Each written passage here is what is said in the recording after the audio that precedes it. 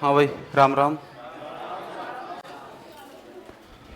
कल हम हल पे बात कर रहे थे, है ना? और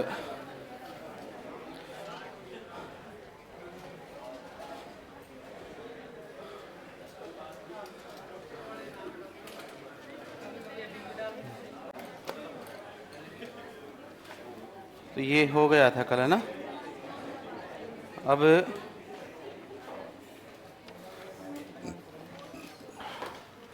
नेक्स्ट लिखें, हल का गणित का रटने का अवकलनीय सूत्र, है ना? ये था ना? अरे यही तो बचा था। यही तो कल चर्चा हुई थी, कल ये करेंगे। यहाँ तक तो हो ही गया था। ये मैथमेटिक को deduction theory of rote learning. क्या करवा, फैन को बंद कर देता हूँ, मैं कर दूंगा ना। ओके।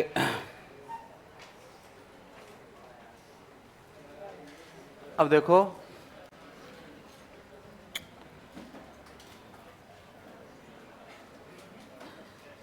हल का गणित का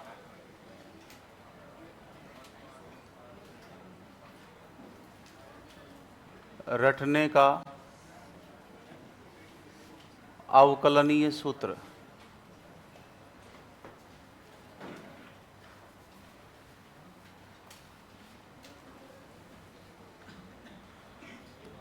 मैथमेटिको deduction theory of rote learning. ठीक है। अब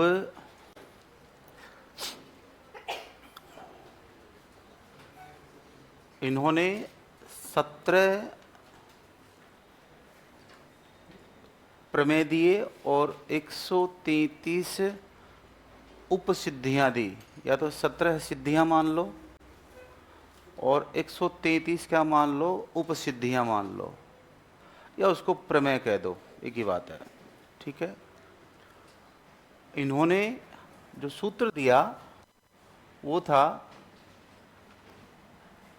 इसको बोलते हैं एग्जिटेटरी एनर्जी, S2R, थोड़ा सा ये लंबा है, oblique N oblique L oblique D equal to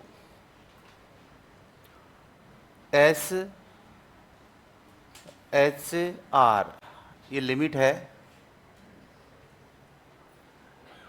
उसके बाद into D into K into V minus IR minus SIR minus SLR minus SOR।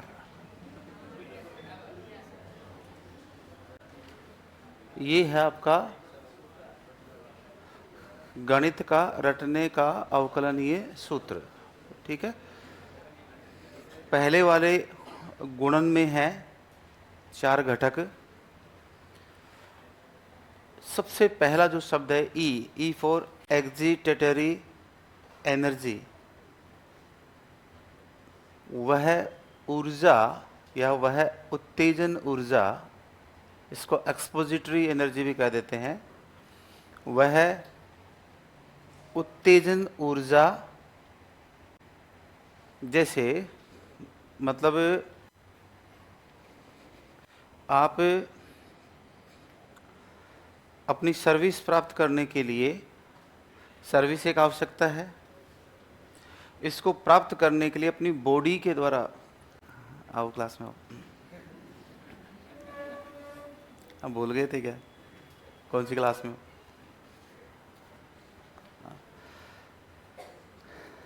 ऐसे समझे, आप अपनी नौकरी प्राप्त करने के लिए, जब मॉर्निंग में अपने उद्देश्य को पूरा करने के लिए, तो नौकरी एक स्टिम्यूल है, वास्तव में है, इसमें कोई सोचने की बात भी नहीं है ना? ग्रेड सेकंड या ग्रेड फर्स्ट की पोस्ट एक क्या है, स्टिम्यूल है। जो आपको आकर्षित करता है। क्लियर है? और उसके प्रति की गई आपके द्वारा क्रिया, आप सुबह जल्दी उठते हैं, वो रिस्पॉन्सेज हैं कि नहीं है? बहुत सारे कॉम्प्रोमाइज़ करते हैं, ये सर नो? सबसे बड़ा कॉम्प्रोमाइज़ है नींद का। तो सुबह सुबह 5-5 मिनट वाली स्नूजिंग पॉइंट पे जाकर तुम उठते हो, है ना, कि 5 बजे का लगाया, 5:15 हो गई हैं, वो टू टू कर ही रहा है, दर्र दर्र। फिर जाके 5:30 तक उठते हो, फिर वहाँ से संघर्ष शुरू होता है जल्दी आने का, क्योंकि आगे बैठना है। तो ये वाला ग्रुप पूरा का पूरा ज़्यादा से ज़्यादा नहीं तो 25 से 35 मिनट पहले आता है। गलत कह रहा हूँ? सही है ना? अदरवाइज फिर पीछे पीछे वाले थोड़े से वीआईपी कल्चर के लोग होते हैं, वो रईस है ना, थोड़ा सा हेल्दी रईस, वह अमीर वह पैसों से नहीं, हेल्दी रईस मतलब आराम से, बोलो लास्ट वाली चेयर तो कहीं जानी नहीं है, वो परमानेंट राइट है अपना, उसमें कहीं दिक्कत नहीं है। तो आपने उस नौकरी के लिए अनुक्रियाएं शुरू की, जल्दी उठे, है ना, जो भी काम के यहाँ पहुँचे, तो मतलब आपने उस स्टिम्यूल के प्रति एक क्या दिया? रिस्पॉन्स। यस, आवश्यकता को पूरा करने का आपने क्या दिया? रिस्पॉन्स। उसके लिए जो आपके द्वारा बायोलॉजिकल एनर्जी खर्च की जा रही है, उसको हम क्या कहते हैं? एग्जिटेटरी एनर्जी। और वो पर्टिकुलर किसके लिए है? स्टिम्यूल टू रिस्पॉन्स।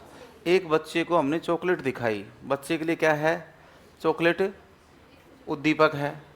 अब देखिए, अब और बच्चा उस चॉकलेट को प्राप्त करने के लिए कितने जतन करता है? ओ चाचा दे देने 50 नहीं 100 दे दो यार, है ना। मैंने मेरे भतीजा, जब मैं आता हूँ उससे घर से आता हूँ, तो वो बड़ी लाड चाव करता है, बढ़िया सा हक करता है, ये बड़ा प्यार करता है। फिर मैं समझ जाता हूँ इसकी नीड क्या है ना। तो फिर वैसे करके फिर बाय बोलने आता है, फिर गाड़ी में आ जाएगा, चलो मैं आपको वहाँ तक छोड़ के आऊँगा ना। फिर मैंने मजाक के लिए उसको 100 का नोट दिया। यार चाचा शर्म नहीं आती आपको?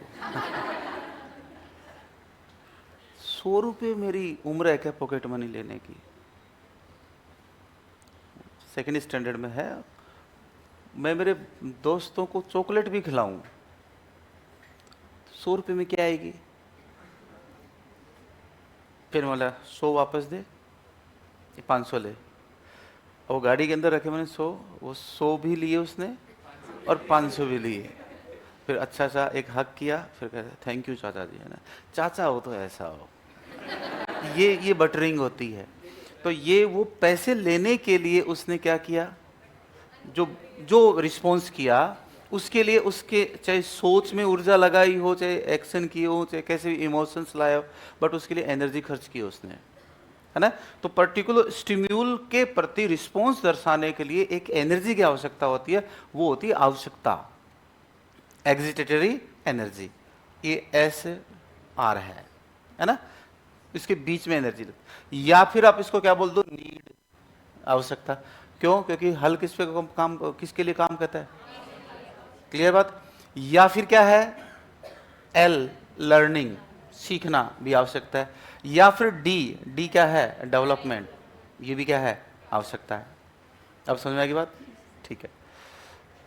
अब इस आवश्यकता को पूरा करने के लिए कुछ घटक जिम्मेदार होते हैं, और वो घटक क्या है?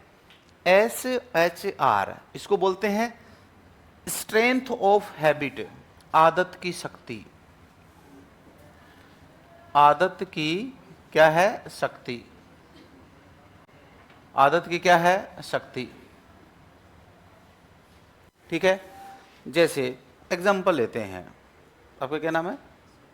सुमन, सुमिता, सुनीता, ठीक है। और आपका?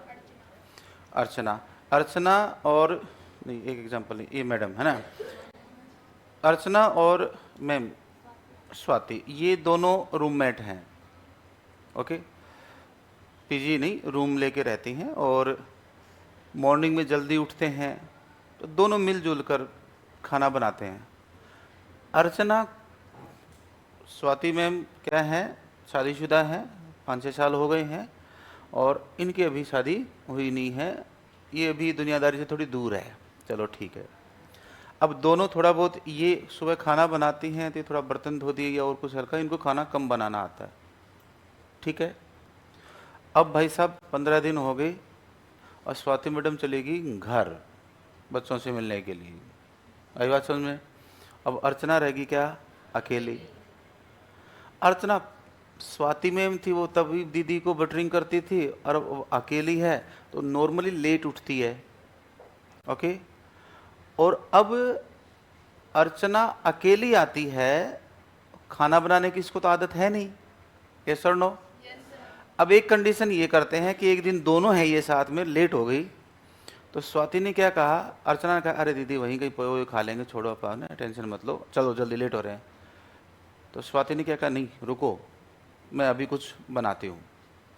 तो 15 मिनट में इन्होंने कुछ अच्छा सा जुगाड़ कर लिया, कैसे भी कर करा के कर लिया, जैसे मम्मी कर देती है ना, भाई आप लेट हो रहे हो तो कुछ भी करके, कुछ भी, लेकिन वो अगले से 15 मिनट में आपको कुछ ना कुछ बना के दे देंगी, आपको खाली पेट नहीं जाने देंगी घर से। माँ होती है ना। ये तो थी पहले की कंडीशन कि इन्होंने कुछ ना कुछ जल्दी से क्या कर लिया, बना लिया। कारण इनको काम करने की क्या है, आदत। और काम करने की आदत है तो आप अपनी आवश्यकताओं को जल्दी से जल्दी पूरा करेंगे कि नहीं करेंगे, यस सर नो। समझ में आ गई बात, चलो ठीक है। अब अर्चना अकेली है, और जब अकेली है तो ये क्या करेगी, इसको खाना बनाने क्या नहीं है, आदत नहीं है। इसको खाली क्या बनानी आती है, मैगी। रात को भी इसने मैगी खाई थी, अब सुबह नहीं खा सकती।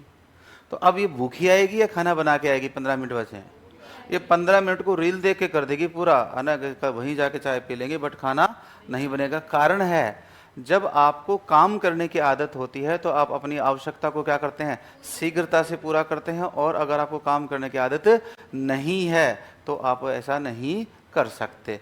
और आदतें हमेशा किसी न किसी पर्टिकुलर, जैसे मेरे को यहाँ सुबह 7 बजे से लेकर, जैसे रात को कल मैं 10:30-11 बजे फ्री हुआ था, एप्लीकेशन पे क्लासेस स्टार्ट हो गई है बच्चों की, है ना। तो 7 से 11, फिर 11, 4 से 8, और फिर 8:15 से लेकर 10:30 का, लगभग 10-11 घंटे क्लास होगी, ओके। मुझे पढ़ाने की आदत है तो मैं पढ़ाने के दौरान खड़ा रह सकता हूँ, मतलब 10 घंटे आप मेरे से मेहनत करवा लो, मेरा मेहनत का एरिया क्या है, स्टडी, और मैं स्टडी से संबंधित ही क्या करूंगा, रिस्पॉन्स करूं, मुझे उसकी आदत है। समझ में आएगी बात। बट अगर मुझे कोई ये कहे कि तू खेत में काम कर ले 10 घंटे, 10 घंटे मैंने यहां मेहनत कर ली, कोई कहेगा 10 घंटे खेत में काम कर ले, नहीं मैं आधे घंटे सर्वाइव नहीं कर पाऊंगा। कारण है कि मुझे उस क्षेत्र की क्या नहीं है, आदत नहीं है, यस सर नो। अब समझ में आ गई बात। एक मजदूर आदमी खेत में काम कर रहा है, उसको 10 घंटे काम करने, वो कर लेगा, उसको आदत है, उसको थकान नहीं होगी। लेकिन वही मजदूर आदमी को उसको यहां क्लास में खड़ा कर दो, वो आधा घंटे तक खड़ा नहीं रहेगा, परेशान हो जाएगा। इसका मतलब आदतें पर्टिकुलर उद्दीपक के प्रति विशिष्ट होती हैं कि नहीं होती हैं, यस सर नो।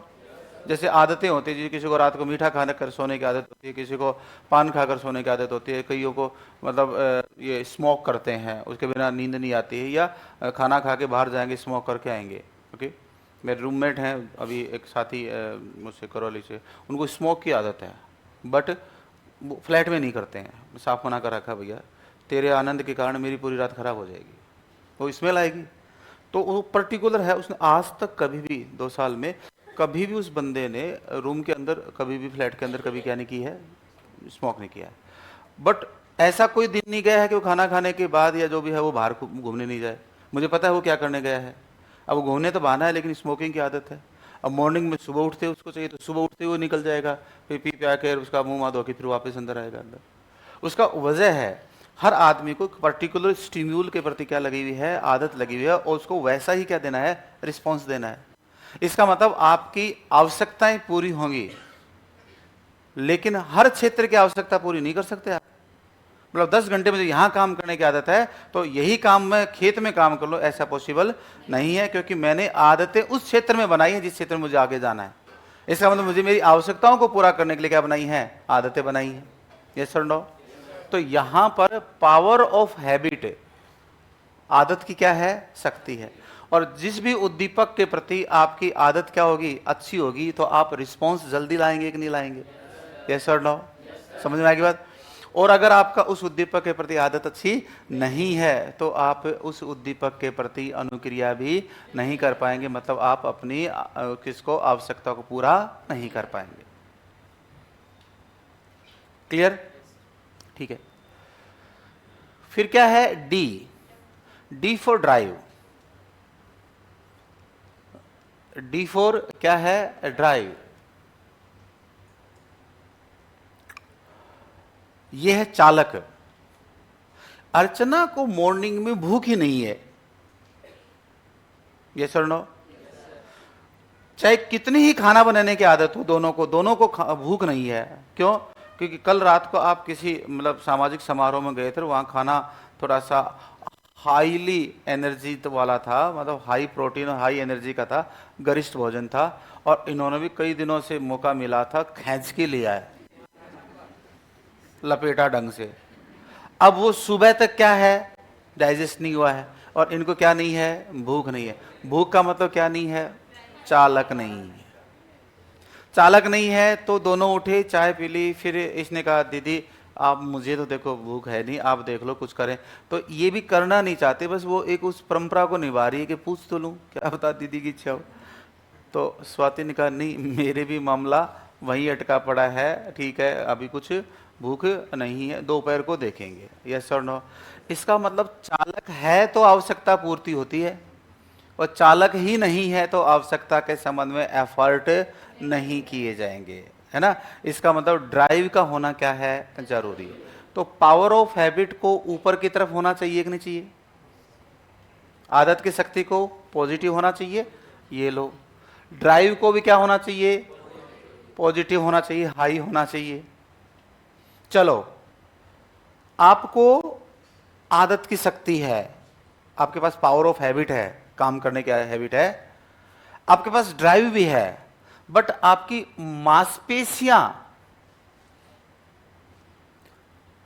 मांसपेशियों में गति करना नहीं है।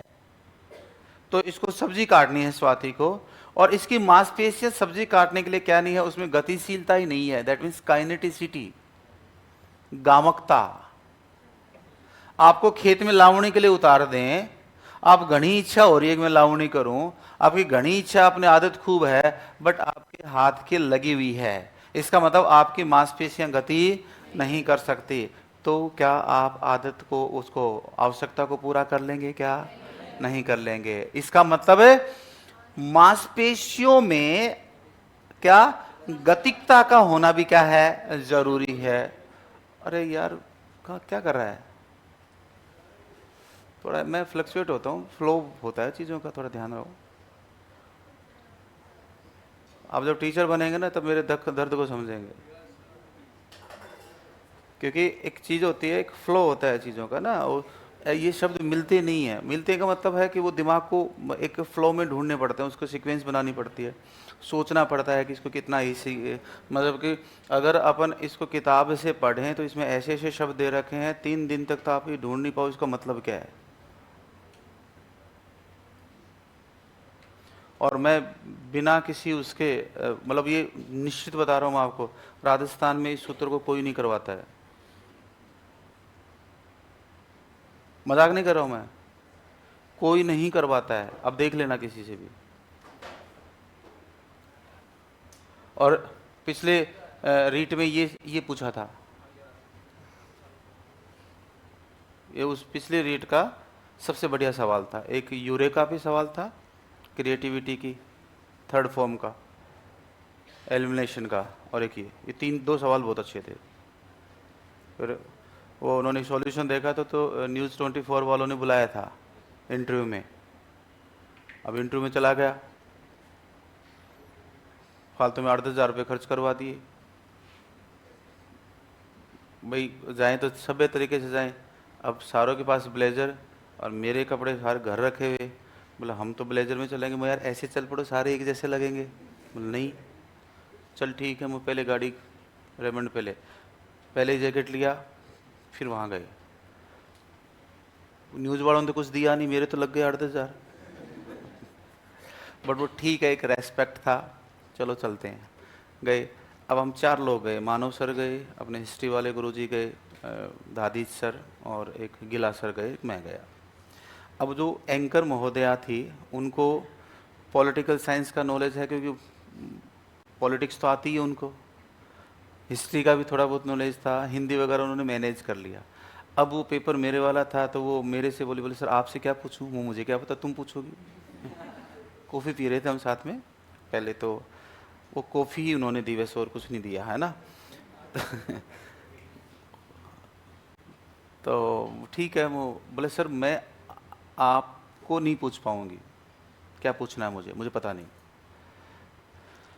तो क्या होता है कि जो न्यूज़ एंकर होते हैं उनके सामने एक पूरी टीम होती है, फटाफट वो प्रॉम्प्टर जो शब्द होता है ना, वो सामने लगा होता है, उस पर वो सारी चीज़ लिखी हुई आती है, सामने होता है बिल्कुल एग्जैक्ट।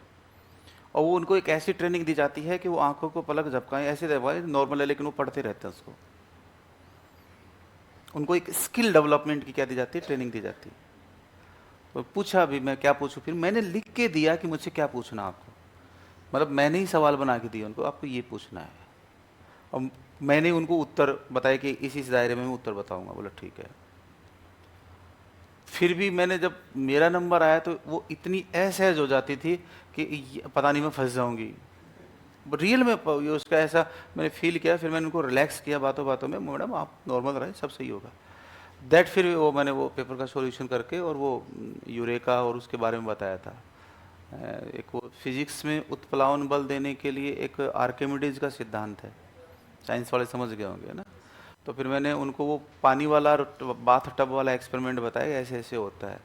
और वो फिर बढ़िया गया वो प्रोग्राम, बहुत अच्छा, एक जानकारी भी होती है। और फिर वो कई बार उन्होंने बुलाया भी चीज़ों के लिए कि हाँ भाई हमें ज़रूरत है, तो साइकोलॉजी एक्सपर्ट के रूप में गए थे वो। तो उसमें यहाँ ये बताया था मैंने उसको।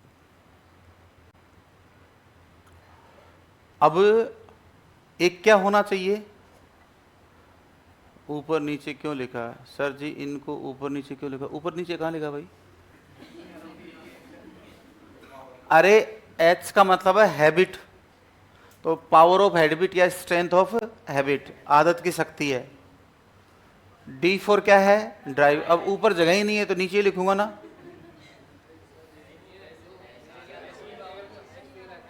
किसका? अच्छा ये एनर्जी है और ये लिमिट है, सीमा है।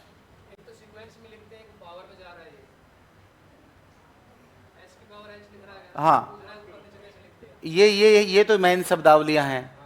और नीचे इनकी फिर क्या है, लिमिट है कि पर्टिकुलर उद्दीपक के संबंध में रिस्पॉन्स होगा तो क्या बनेगी, आदत बनेगी।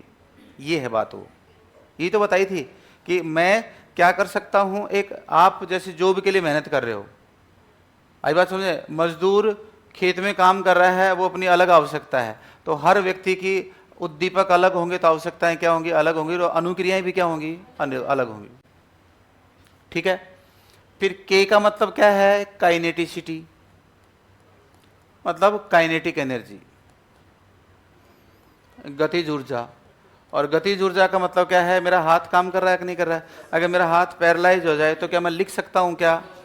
तो चाहे मेरे कितने घणे ही मन में आए लिखने की, समझ में आई बात, और कितनी ही मैंने एक्सरसाइज कर रखी हो इसकी हाथ को, हाथ से लिखने की, बट अगर मेरे हाथों में क्या नहीं है, गतिशीलता नहीं है ना। टीचर्स में मैक्सिमम एक रोग होता है कि टीचर्स को टेनिस एल्बो रोग होता है, यहाँ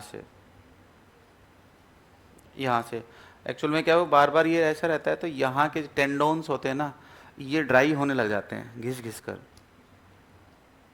और जो मतलब बेवकूफ़ टीचर होते हैं वो अपने कैरियर को 5-1 साल में ख़त्म कर लेते हैं। और थोड़ा ठीक ठाक हों टाइम से, मतलब अपने लेते रहें विटामिन्स वगैरह की, प्रोडक्टिविटी ठीक रखें, तो फिर वो कितने लंबे समय तक करो काम। और टीचर के लाइफ में हमेशा गले की प्रॉब्लम और ये टेनिस एल्बो की प्रॉब्लम हमेशा आती है, और एक बैक पेन की प्रॉब्लम।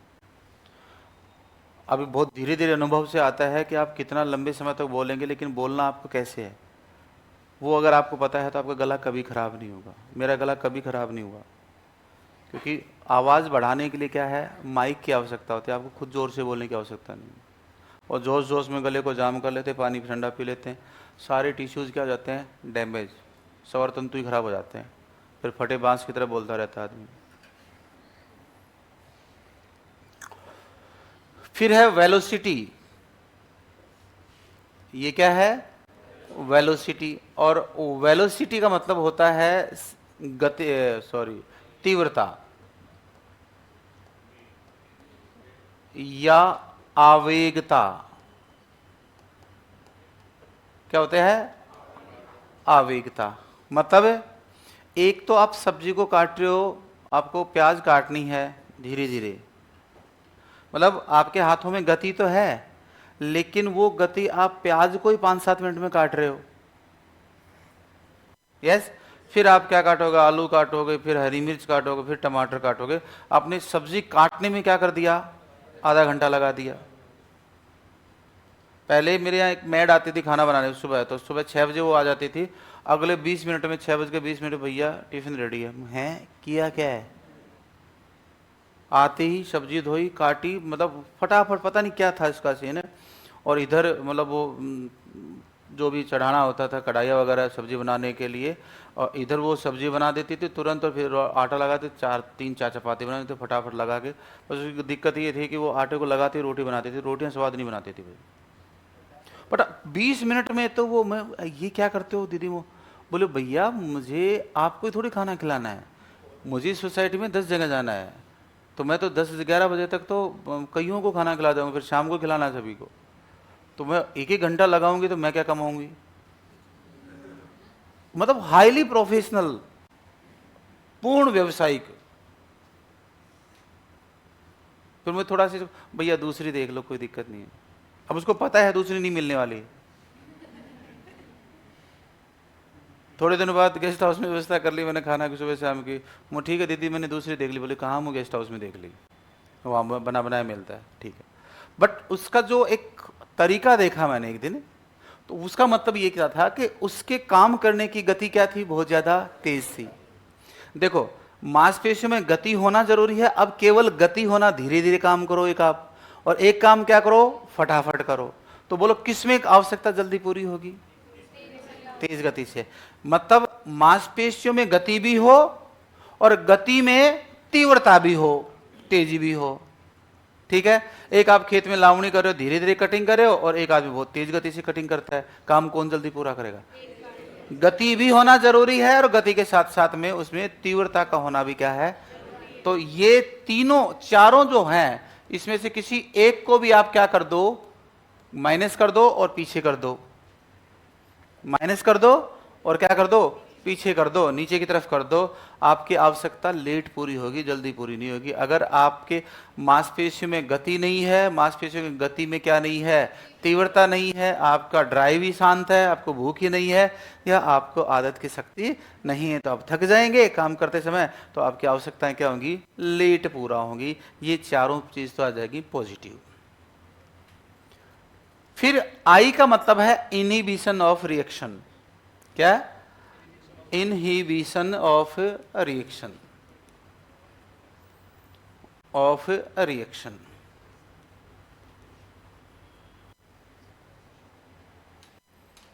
आप ऐसे नॉर्मल एनवायरनमेंट में चल रहे हैं, ठीक है, तो कुछ ना कुछ तो एनवायरनमेंट के द्वारा सामने से बल लग रहा होगा। आप 3 जगह वॉक करो, एक पानी में आप स्विमिंग पूल में चलो, और स्विमिंग पूल चलोगे तो पानी आपके पैरों पर क्या करेगा, रोकेगा कि नहीं रोकेगा। तो आप जिस गति से चलना चाहते हैं, आपको कितनी चलने की आदत हो, लेकिन क्या उस गति से क्या कर सकते हो आप, नहीं चल सकते। तो जितने भी एथलीट्स होते हैं, उनके पैरों की मांसपेशियों में ताकत लाने के लिए उनको पानी में एक्सरसाइज करवाई जाती है। कारण पानी सामने से क्या दे रहा है, इनहिबिट कर रहा है, मतलब आपको संदमित कर रहा है।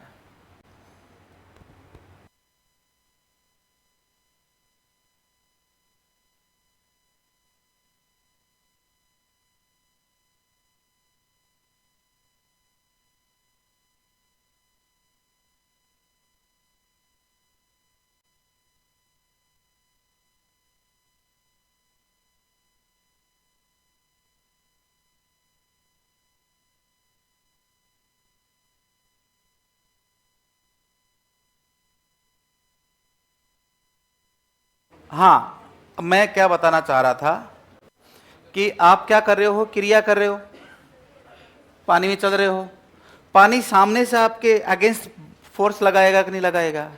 Yes sir no? अब आओ वापस वहां पर एनवायरमेंट में, जिस क्षेत्र में आप अपनी आवश्यकताओं को क्या करेंगे, पूरा करेंगे, तो वातावरणीय बल क्या आपको उसको करने से रोकेंगे नहीं क्या? ये सर नो? समझ में आएगी बात? तो यह है प्रतिक्रिया संदमन। हिंदी में क्या नाम हो जाएगा? प्रतिक्रिया संदमन। प्रतिक्रिया संदमन। इनहिबिशन का मतलब क्या होता है? संदमन। संदमन का मतलब क्या होता है? रोकना। तो आप, मैं इधर जा रहा हूं तो सामने से क्या आ रही है? हवा आ रही है, तो मैं मेरी आवश्यकता को पूरा करने के लिए इस दिशा में जा रहा हूं और हवा क्या आ रही है? सामने से आ रही है, तो मेरी क्रिया का क्या हो रहा है?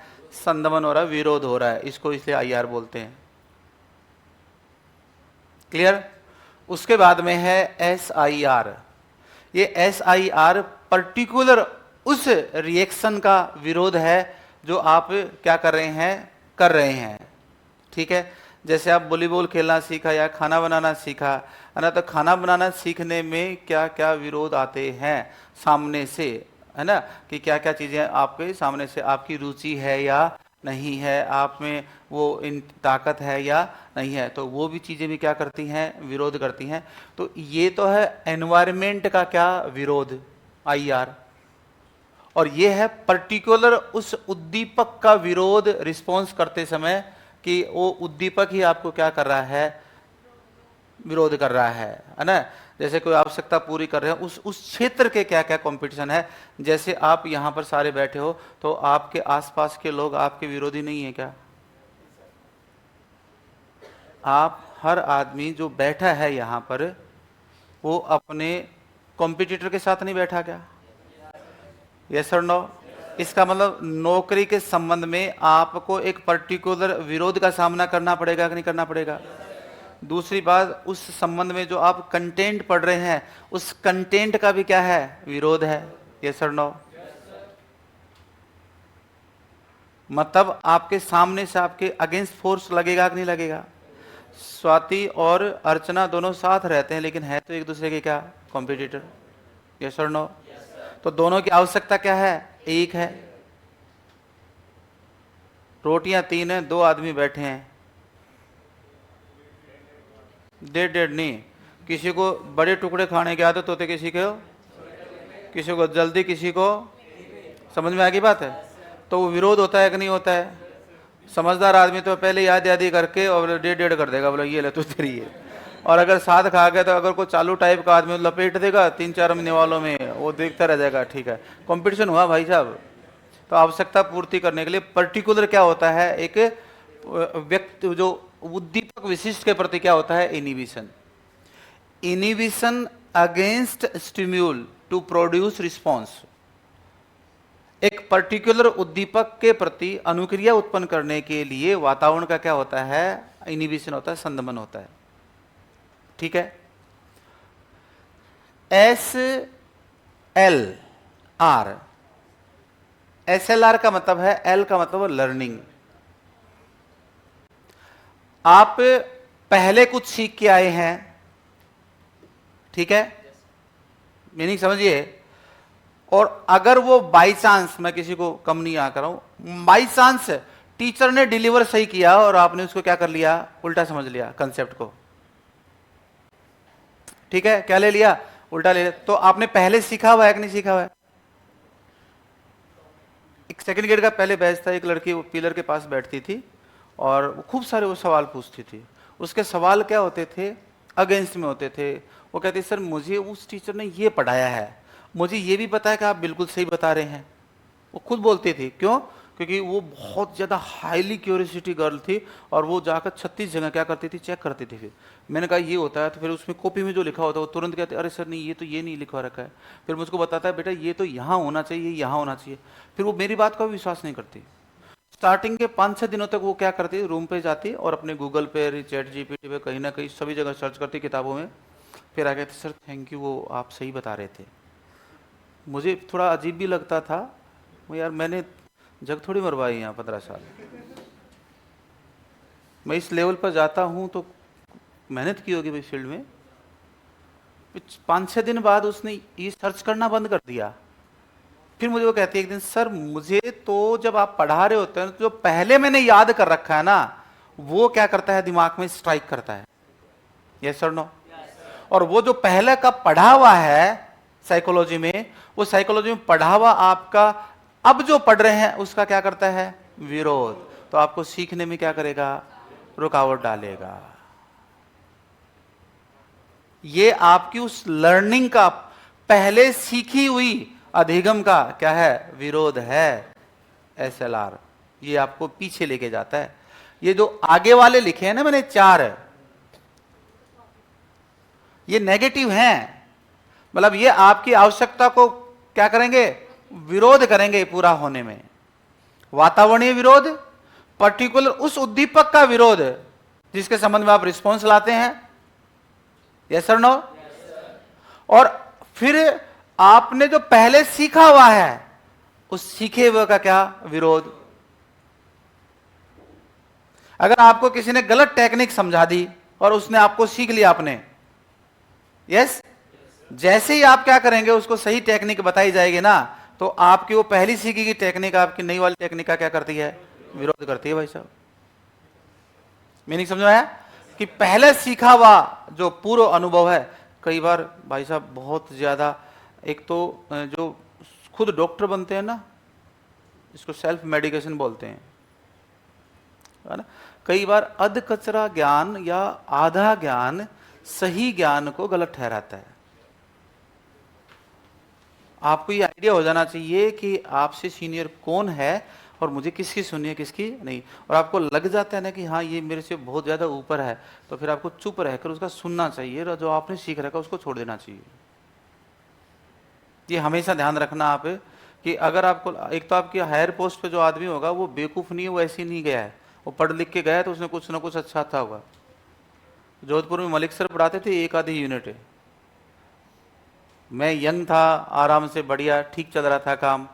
एक यूनिट सर जाते थे तो बच्चे कह देते थे कि सर वो बुजुर्ग हो गए हैं, भूल जाते हैं। वास्तव में भूल जाते थे, फैक्ट्स के इधर का उधर लिखवा देते थे। अब बोलते गए तो फिर 2 घंटे तक सीधे ही क्या कर दिया, समझा दिया, लिखवाते नहीं थे। और ठीक है ओके बच्चों कल मिलते हैं। बच्चे सोचे किया क्या हमने।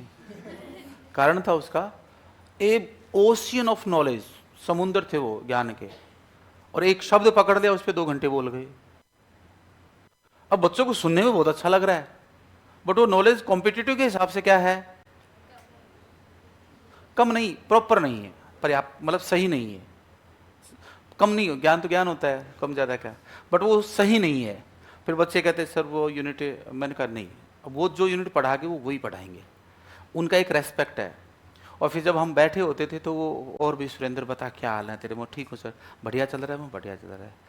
उनको भी पता था क्या हो रहा है, और वो हमेशा मुझे क्या करते थे, मोटिवेट करते थे, तो तू यंग है ना, एनर्जी अच्छी है, बढ़िया से बढ़िया तैयार कर, मेरे से कोई। फिर मुझे कभी किसी टॉपिक पे अगर जरूरत होती थी ना कि सर ये थोड़ा सा मुझे, ठीक है मैं बच्चों को समझा दूंगा अलग, लेकिन मेरा नॉलेज मैं खुद अंदर से सेटिस्फाई नहीं हूँ, फिर वो शुरू हो जाते। फिर हम क्लास छोड़ देते थे, आधे आधे घंटे तक लेट जाते थे। क्यों? क्योंकि नॉलेज कहीं से भी मिल जाए, अगर वो सही मिल रहा है तो उसको गेन करो। फिर प्रणाम करके पाँव छू के फिर क्लास में चला जाता था। लेकिन अगर मैं मेरे ज्ञान को उनके ऊपर क्या कर दूं, हावी कर दूं, नहीं मुझे सब आता है, मैं कुछ नहीं सीख पाऊंगा। इसलिए नॉलेज जहां से भी मिले, आपको लगता है यहां से नॉलेज मिल सकता है, उसका रेस्पेक्ट कीजिए और वहां से उस नॉलेज को लो। आज के टाइम पे टीचर की सबसे बड़ी प्रॉब्लम क्या है कि वो 2-2.5 किताबें पढ़ता है और उसको लगता है कि मेरे पास बहुत कुछ है ना, तो वो ठीक नहीं है, वो है ना। बड़े गुरुओं का रेस्पेक्ट करो, जब जरूरत होती है उनसे, वो भी किसी से पढ़कर आए हैं, हम भी किसी से पढ़कर आए हैं, आप भी हमसे पढ़ रहे हो, आप भी आगे जाओगे तो आप भी पढ़ाओगे, तो आपको भी जरूरत पड़ेगी। और पर्टिकुलर कंटेंट बुक खरीदने की आदत डालो और टीचर्स को सही तरीके से उनको हैंडल करने की आदत डालो, तब जाके एक टीचर बनोगे आप। तो यहां पर वातावरण का प्रभाव, पर्टिकुलर उद्दीपक विशिष्ट का प्रभाव, ठीक है, ये क्या है, inhibition of a particular stimulus to respond response, ठीक है। और ये क्या है, पूर्व में सीखे गए अधिगम का संदमन, क्लियर। और एक क्या है, ओसिलेशन इफेक्ट, प्रणोदन प्रभाव। एनवायरमेंट में बहुत सारी शक्तियां ऐसी होती हैं जो आपको अपने उद्देश्य से क्या करेंगी, भटकाएंगी, दोलन प्रभाव में लेके आ जाएंगी। और वो दोलन प्रभाव आपको क्या नहीं करने देगा, कंसंट्रेट नहीं करने देता है। जैसे आप पढ़ाई अच्छी चल रही है, घर से फोन आ गया, अरे वो सामाजिक प्रोग्राम है आपको आना है, ये लो साहब चले, तो जो एक फिक्स पॉइंट पे कंसंट्रेट हुआ था वो डिगमिग हो गया। फिर 5-7 दिन बाद आप क्या आए, वहाँ से फ्री हो के आए। ये शादीशुदा लड़की की बात बता रहा हूँ मैं, अभी जो शादीशुदा नहीं है उनके ये हेडेक नहीं है, ठीक है। तो जैसे ही सास ने कुछ, उसकी ननद आ रही है, अरे वो आ रही है तेरे को आना पड़ेगा, कपड़े वगैरह लेके आने, ये करना वो करना। फिर 2 दिन चलेगी, फिर हस्बैंड को याद आ गई, उन्होंने बुला लिया, वो ड्यूटी पर हैं, वो आ रहे हैं, फिर चलो। इसका मतलब आप एक निश्चित पॉइंट पर हैं और क्या जा रहे हैं, ऊपर की तरफ जा रहे हैं अपने उद्देश्य को प्राप्त करने के लिए। और एनवायरमेंटल फैक्टर आपको क्या कर रहे हैं, प्रणोदित कर रहे हैं, है ना, ऑसिलेशन इफेक्ट में ला रहे हैं, दोलन प्रभाव में ला रहे हैं। ये ऑसिलेशन इफेक्ट होता है, दोलन प्रभाव।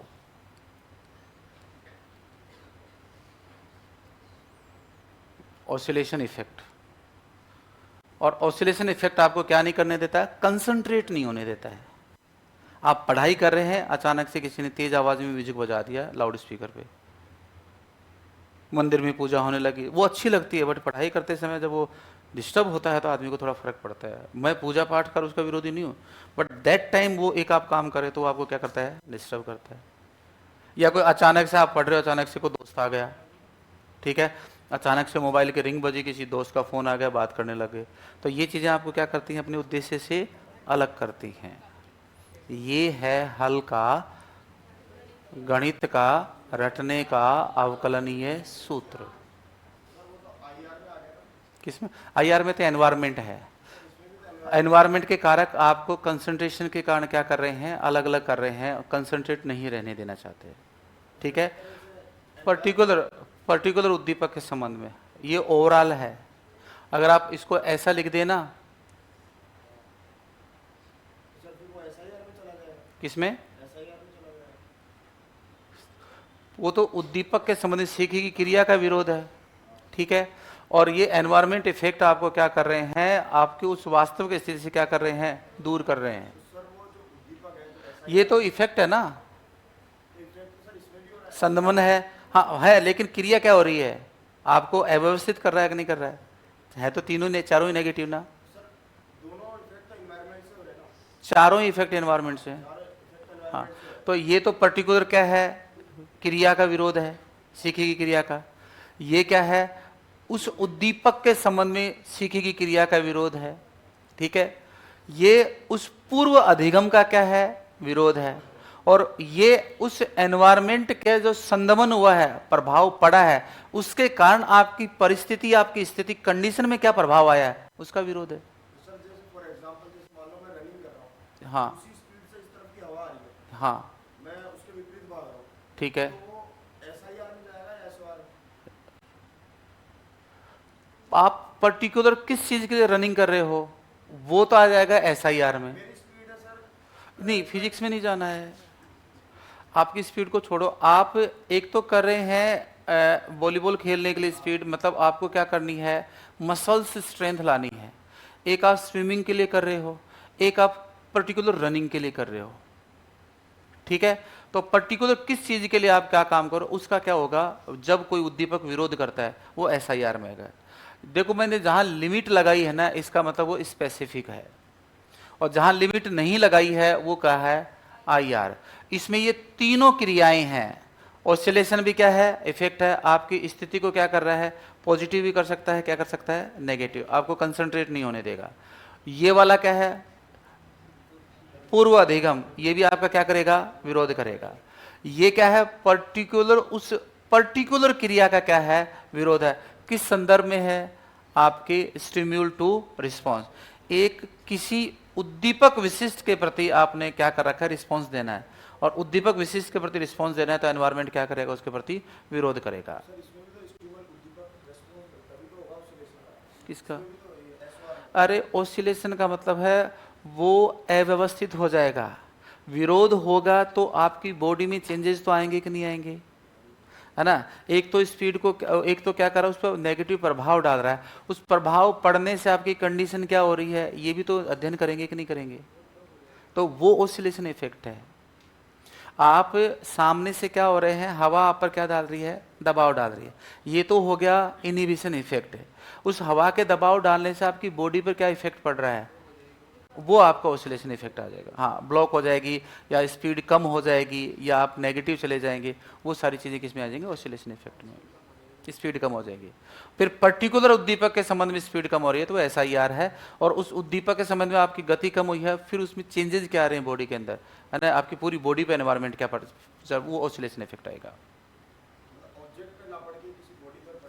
मतलब सीखने, आपको सीखना है, आपको आवश्यकताओं की क्या करनी है, पूर्ति करनी है। तो ये चार चीज तो क्या है, पॉजिटिव है। मैंने चारों को क्या रखा है, ऊपर। फिर मैंने सारों में माइनस का सिंबल लगाया है। माइनस का सिंबल का मतलब क्या है कि वो हम पर क्या डाल रहे हैं, नेगेटिव इफेक्ट डाल रहे हैं, है ना। मतलब कुछ चीजें तो आवश्यकता को, केवल आवश्यकता को बढ़ाने वाले कारक नहीं होते हैं एनवायरनमेंट में, आवश्यकता को पूरा करने के दौरान उसको घटाने वाले कारक भी हैं। और घटाने वाले कारक क्या है, मैंने सामान्य कोई क्रिया सीखी, ठीक है, उस सीखी की क्रिया का नई क्रिया सीखने में क्या होगा, विरोध होता है कि नहीं होता है, ठीक है। तो वो क्या है, एनवायरमेंट का इफेक्ट है ना। सिंपल लिखा है इसमें, इनिबिशन ऑफ रिएक्शन, है ना। जो हम काम करते हैं उसका क्या होता है, संदमन प्रभाव आता है। अब वो संदमन प्रभाव पर्टिकुलर उद्दीपक के संबंध में आ सकता है, पर्टिकुलर सीखे गए अधिगम के संबंध में आता है, और इससे जो आप पर क्या होगा, कंसंट्रेशन क्या हो जाएगी, ल्यूज, आपके काम करने की गति क्या हो जाएगी, प्रभावित हो जाएगी, वो ऑसिलेशन इफेक्ट है। इनका पूरा नाम पूछते हैं, बाकी तो ये 8-9 घंटे का टॉपिक होता है, ठीक है, काफ़ी डिटेल में है, उसमें वहाँ नहीं जाना है। ये आपको पर्टिकुलर नाम याद रखने हैं कि कैसा क्या होगा, एक एक नाम आपको ध्यान रहेगा। तो जैसे पिछली बार सिर्फ ये पूछा था कि हल के गणितीय सूत्र के अंदर IR का मतलब क्या है, तो उसमें प्रतिक्रिया संदमना ये शब्द था हिंदी में, प्रतिक्रिया संदमन, समझ आ गया। अब वो ऑसिलेशन के बारे में पूछ सकता है, लर्निंग के बारे में पूछ सकता है, ये नेगेटिव इफेक्ट है, और ये चारों क्या है, पॉजिटिव। लगभग इससे पहले तक वो कहां तक सवाल पूछता था, पॉजिटिव पॉजिटिव पर।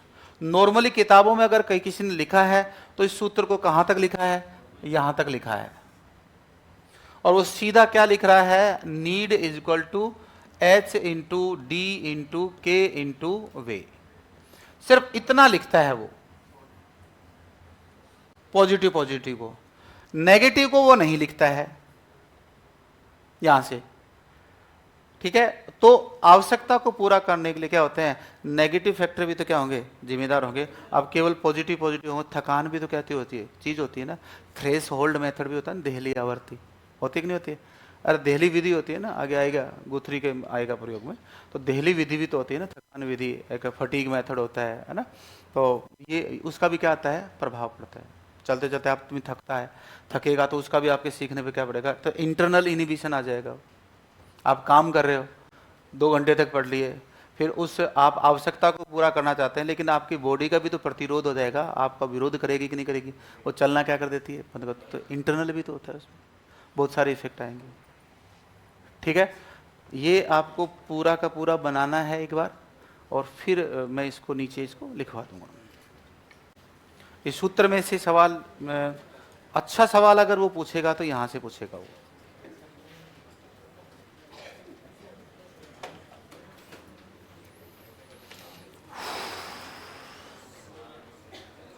एक बार शॉर्ट में होता ही नहीं है ना, शॉर्ट में करना क्या, जब पूरा ही बता दिया तो शॉर्ट में क्या बताना था।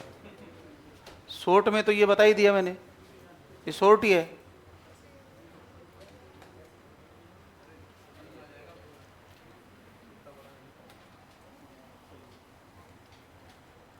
इसको देखकर साइंस वालों को फिजिक्स की याद आ गई होगी।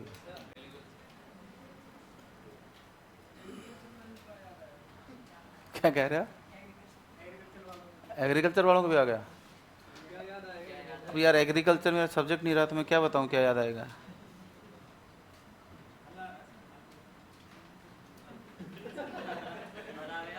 अच्छा, हल याद आ गया।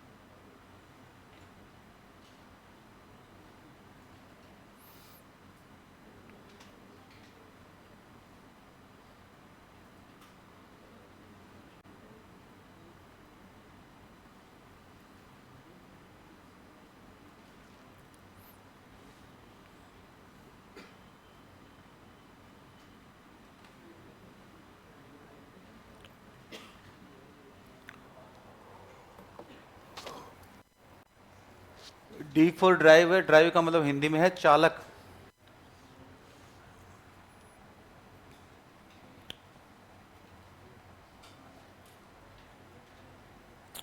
के फॉर काइनेटिसिटी या काइनेटिक एनर्जी, गतिज ऊर्जा, गतिकता लिख सकते हैं। और वी फॉर वेलोसिटी, तीव्रता।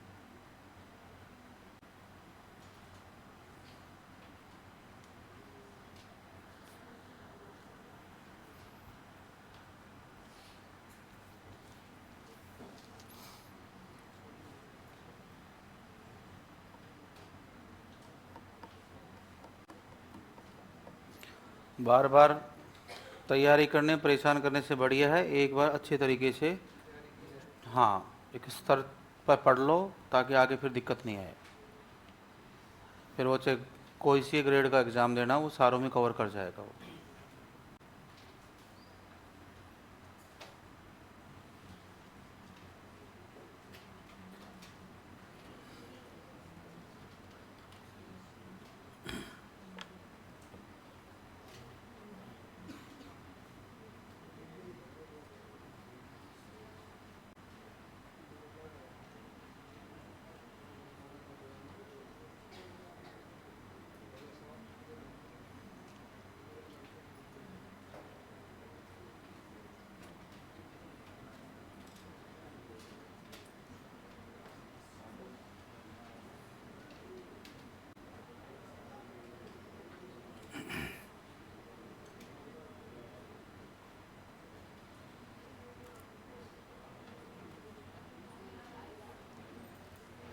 I R, inhibition of reaction, प्रतिक्रिया संदमन।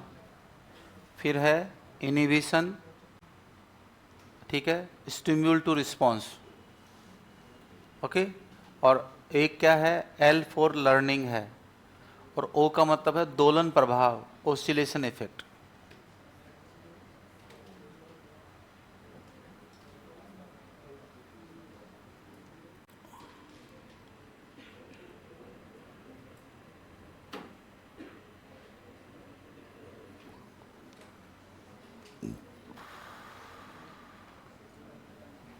हो गया?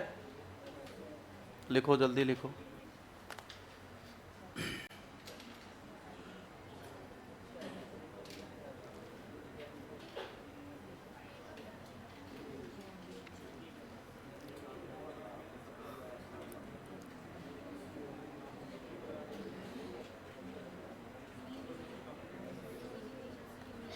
लिख लिया होगा? है? ए कहाँ है? ए कहाँ लिखा है? काइनेटिक एनर्जी के है गतिकता, गति होना, मांसपेशीय गतिकता। ये सबसे पहले ए का मतलब है एग्जिटेटरी एनर्जी, ठीक है, या एक्सपोजिटरी एनर्जी, उत्तेजनशीलता, उत्तेजन ऊर्जा।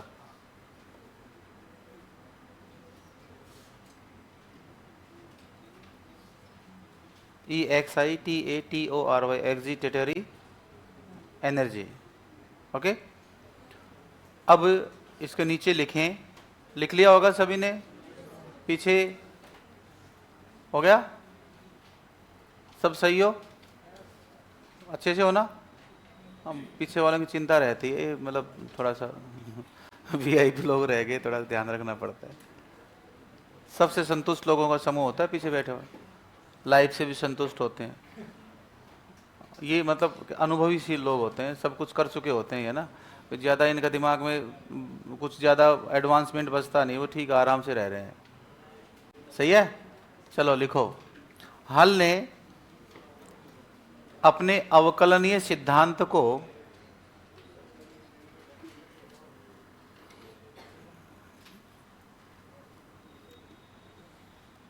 हल ने अपने अवकलनीय सिद्धांत को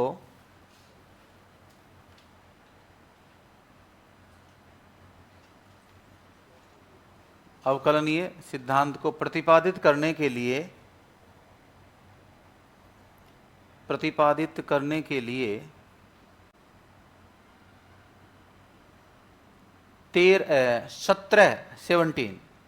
17 प्रमेय लिख लोगे? 17 प्रमेय, पोस्टुलेट्स। आप एक दिन आते हो, एक दिन नहीं आते, मैं भूल जाता हूँ।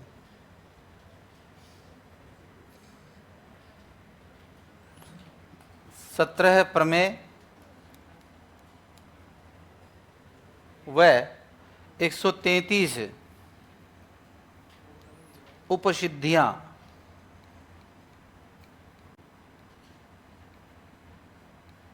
सब हाइपोथेसिस, ठीक है। 17 प्रमेय तथा 133 उपसिद्धियां प्रतिपादित की, जिसके आधार पर अवकलनीय सिद्धांत दिया गया, जिसके आधार पर अवकलनीय सिद्धांत दिया गया।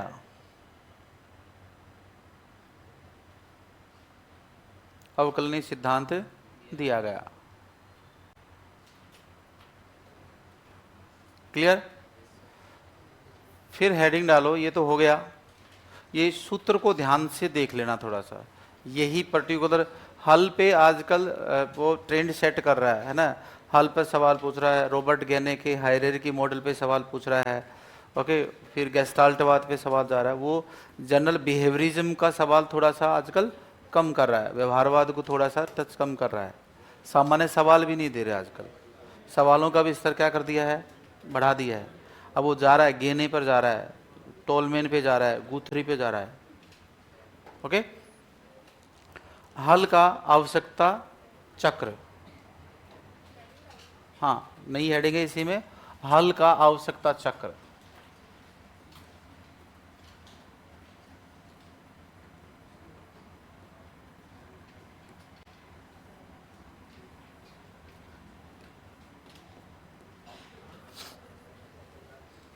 हल का आवश्यकता चक्र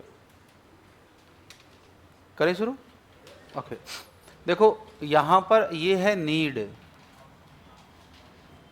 और नीड यहां पर है अपूर्ण। आवश्यकता पूर्ण नहीं है, आवश्यकता पूर्ण नहीं है, तो यहां एक शब्द आएगा सॉरी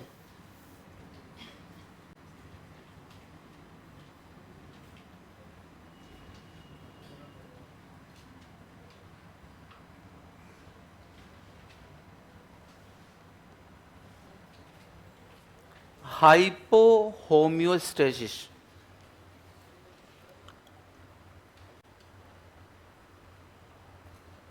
आपको बहुत ज़्यादा भूख लगी यार, आपको कोई पढ़ने के लिए बोल दे या काम करने के लिए बोल दे, तो क्या आप संतुलन में रहेंगे क्या? और फिर आपको खूब अच्छी भूख लगी, फिर आपको एक सेटिस्फैक्ट्री वर्क, सेटिस्फैक्ट्री फूड मिल गया, संतुष्टिदायक भोजन मिल गया, फिर आपको हाँ भाई अब मैं काम कर सकता हूँ, यस और नो? या आप बाहर से आए, अपने हाथ मुंह धोए और आप एक उस कमी को महसूस कर रहे हैं कि आप अपने हाथों से एक बढ़िया सी चाय बनाएंगे और अच्छी सी चाय पीने के बाद फिर कहा अब थोड़ा सा काम करना, मैं यस और नो? इसका मतलब नीड होगी अपूर्ण, आवश्यकता क्या होगी? पूर्ति नहीं हुई है, आवश्यकता पूर्ण नहीं है। तो होम्योस्टेसिस का मतलब होता है समस्थापन।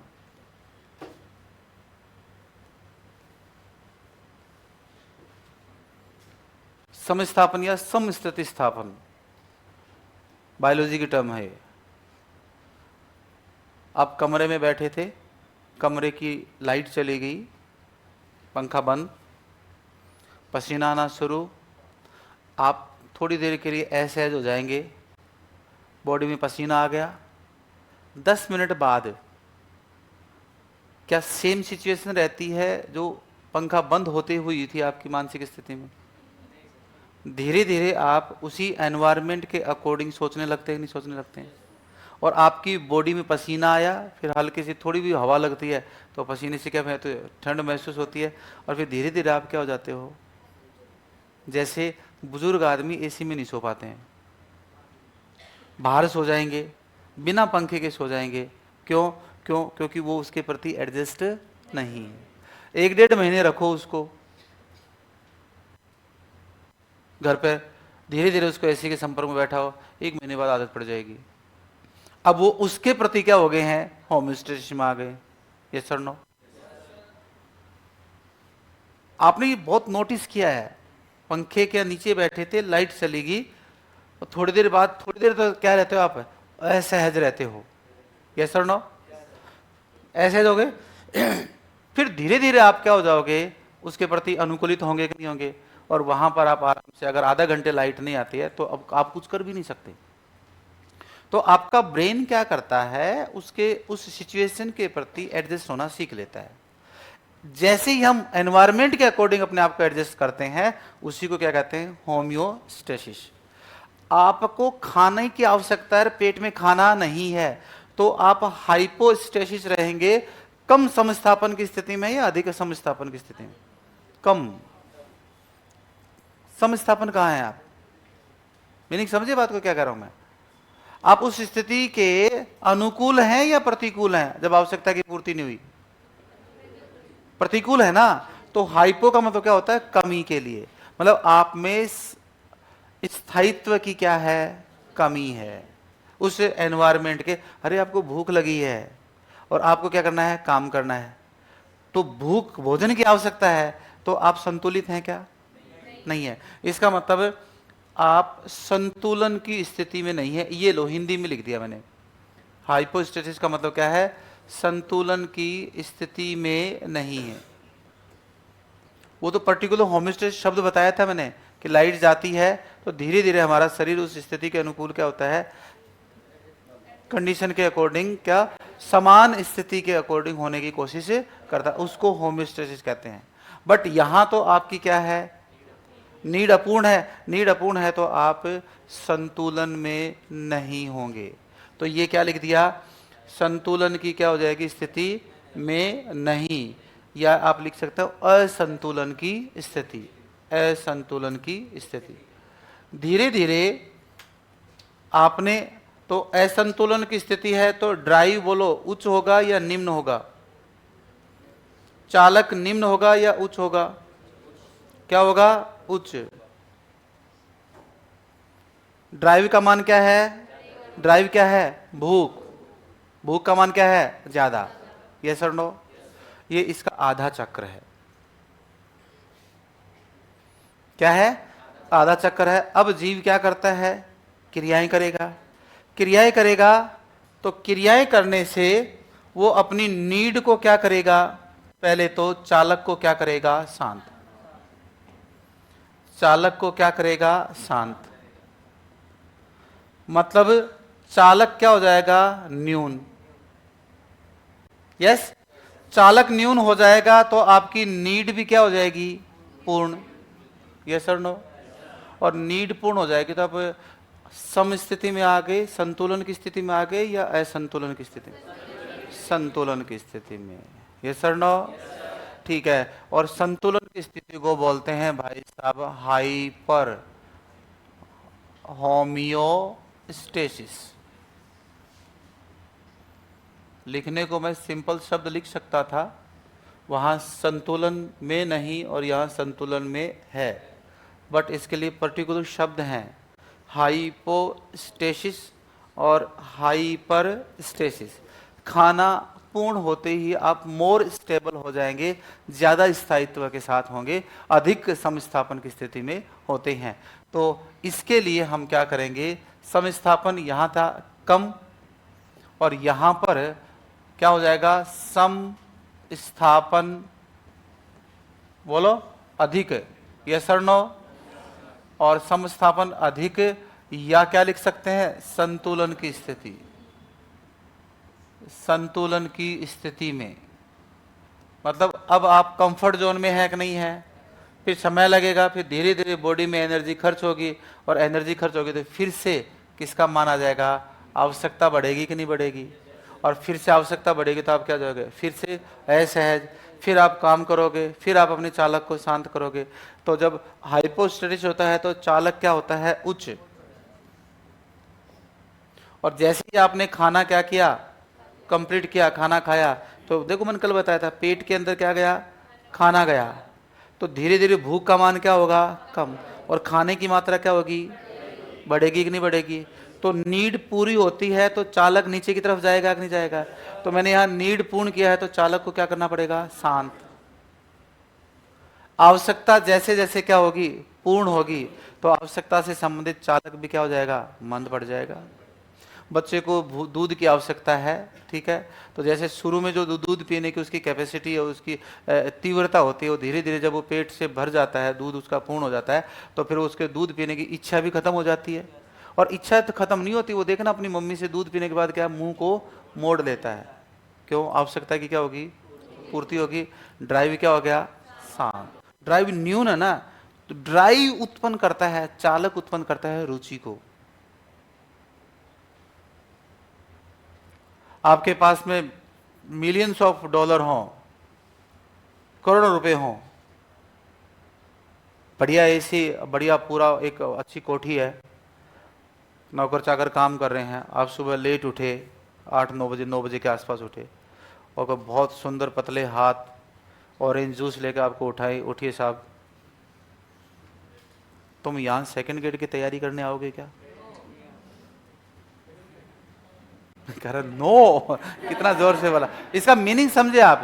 क्योंकि अब आपके पास पैसों की क्या नहीं है? इसका मतलब आपको चालक, वो पैसों की कमी नहीं है, चालक है ही नहीं, आपकी आवश्यकता क्या हो रही है? फुलफिल हो रही है। हरियाणा और एनसीआर के जो लड़के हैं ना, जमीन खूब महंगी बिकती है, ठीक है, भिवाड़ी है, अलवर से आगे चले जाओ, एनसीआर को देख लो ना, गुड़गांव है उसमें, और भाई साहब जिम, एक्सरसाइज, बढ़िया गाड़ी, खूब खर्चे, काम से कोई मतलब नहीं है। मेरे मामा जी के लड़कों का भी फिलहाल ऐसा ही हाल है। तो मैंने कहा भाई काम नहीं करते, काम क्यों है? करण लाग रे के और तड़की लेट उठा, आराम से उठ के फिर नहा धोई करा, पूजा पाठ करा, फिर गाड़ी साफ करा, कोई भी है, फिर घूमने चले जावा, फिर एक गेड़ा खेत का मार के आवा, गेड़ा खेत के मार के फिर रोटी खा लिया, फिर घूमने चले जावा, फिर सो लिया, फिर शाम सांझ का तो फिर मिलन जाना है ना दोस्तां थे, वो फिर थक जावा यार। यही रूटीन है उनका। 5 लोग बैठ के रील बना लेंगे, बस इतने ही। वो ये पैसा खत्म भी होगा। मुझे ज्ञान देते हैं तेरे जैसे बावड़े हम नहीं है, सारे दिन काम करता रहता है, क्या करेगा। फिर मैंने सोचा यार इनको ज्ञान देने का मतलब है दीवार में सिर मारना। ज्यादा बोलूंगा तो मुझे कहते ओ भाई चुपचाप रह, ठीक से आराम मौज काट, है ना, आया तो घूमन आ, मारती मत सका, ठीक है। वो सीधा बता देगी क्या मतलब निकलता है। तो उनको भाई जॉब की आवश्यकता नहीं है। एक एक किला उनका 15-15 करोड़ का बिकता है। अपन 15 करोड़ पूरी लाइफ में नहीं कमाऊंगा, मैं नहीं कमाऊंगा पूरी लाइफ में, कितनी मेहनत कर लूं। तो वो क्यों करेंगे मेहनत है? कारण है उनको पैसों नामक ड्राइव की क्या है, आवश्यकता ही नहीं है। उनका ड्राइव ऑलरेडी क्या है, शांत है।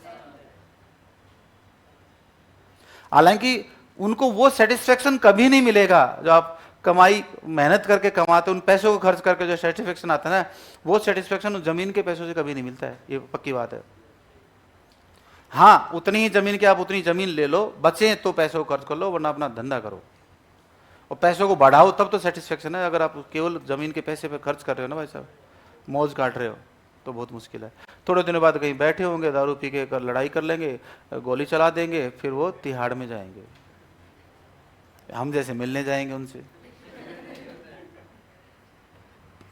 ठीक है।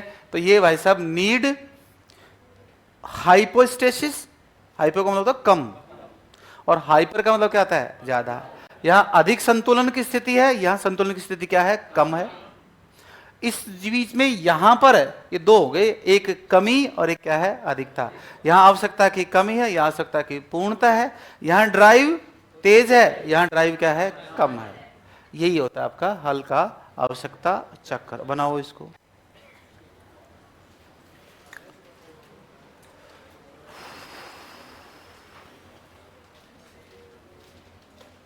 समस्थापन और अनुकूलन एक ही बात होता है, हाँ बस शब्दों का फेर है।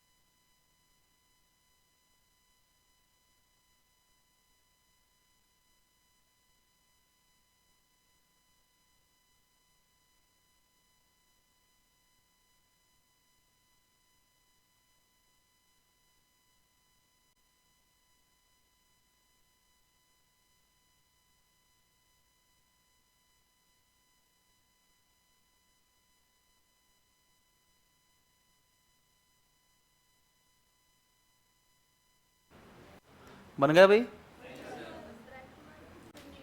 है? ड्राइव के बाद नीड को पूरा तो करोगे ना, पहले अपूर्ण है फिर पूर्ण है। भूख शांत होगी तो खाना पूर्ण हो गया, मतलब आवश्यकता क्या होगी, पूर्ति हो गई। क्या मिल गया मैडम जी, भोजन उनसे पूछ रहा हूँ, बड़े मुस्कुरा रहे हो, कोई पॉजिटिव मैसेज आया क्या किसी का? घर से बात हुई होगी, संडे आ रहा है आ जाओ, कोई आ रहे हैं घर पे हैं, या कोई किसी पुरानी यादों में चले गए थे? हमें बता दो, हम तो दुआएं देंगे आपको, कोई बुरा थोड़ी करेंगे। क्यों भाई, कोई सहायता ही कर दें, क्या पता है। हाँ, किसी का भला हो जाए, अपना क्या जा रहा है। लड़के तो पैदा ही भला करने के लिए होते हैं। लड़कों को तो बेचारों को कोई भाव ही नहीं देता, बाकी भला करने में तो कम नहीं रहते हैं। खुद ट्रेन में खड़े होके चले जाएंगे, सीट दूसरे को दे देंगे। बट दिक्कत यह है कि उस सीट के पास ही खड़े रहेंगे, सीट दे दी तो इतना भी दूर नहीं जाएंगे कि हाँ सीट दे दी दूर चले जाए ना, है लगाव रहता है ना, चाव बना रहे, सीट से लगाव नहीं। जहाँ तुम पढ़ रहे हो मैं मास्टर हूँ, ठीक है ना, तुम जिन पद चिन्हों पे चल रहे होंगे ना, वहां बहुत जगह मेरे फुटमार्क्स मिल जाएंगे, ठीक है हैं? हाँ,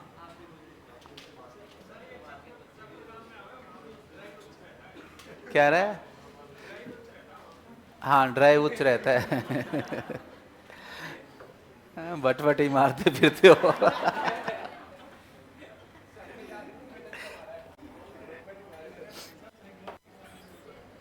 चलो हो गया। लास्ट में हेडिंग डालनी है आपको, हल का महत्व, हल के सिद्धांत का महत्व, significance of hulls theory, significance of hulls theory, हल सिद्धांत का महत्व।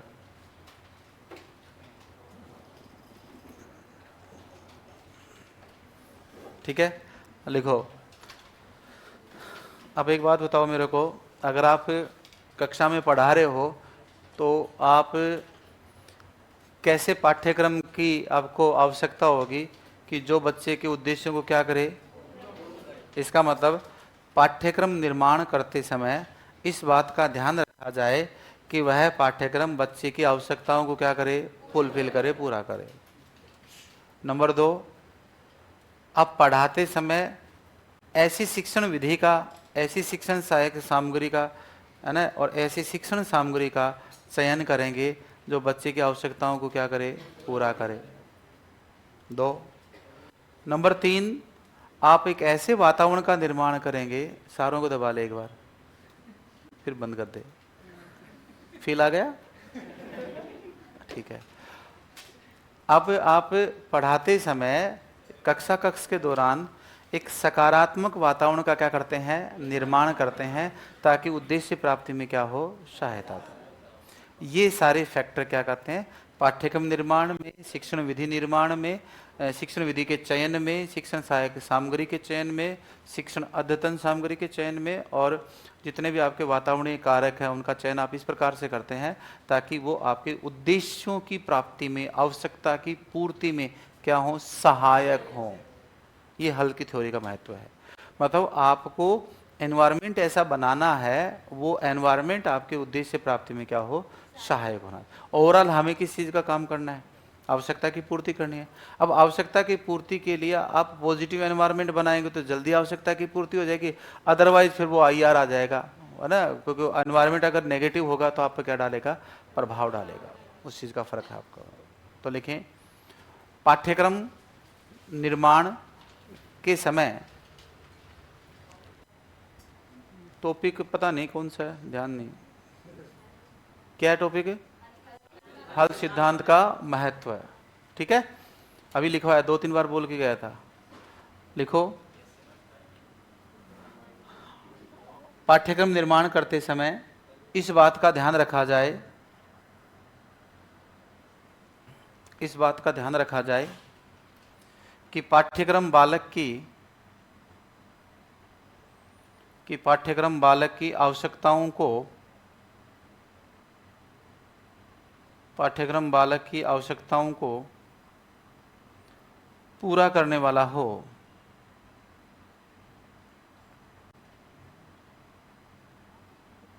बालक की आवश्यकताओं को क्या हो? पूरा करने वाला हो।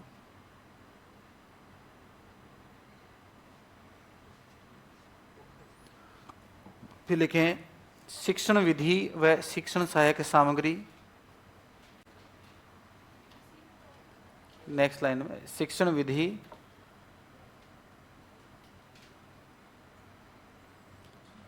विधि व शिक्षण सहायक सामग्री का चयन, शिक्षण सहायक सामग्री का चयन बालक की आवश्यकताओं या उद्देश्यों की पूर्ति में सहायक हो। उद्देश्यों की पूर्ति में क्या हो? सहायक हो।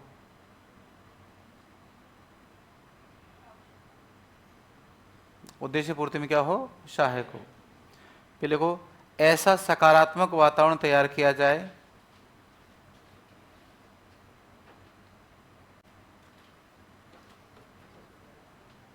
ऐसा सकारात्मक वातावरण तैयार किया जाए जो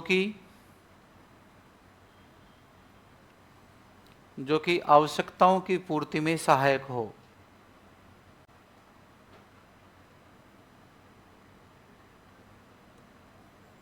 आवश्यकताओं की पूर्ति में सहायक हो।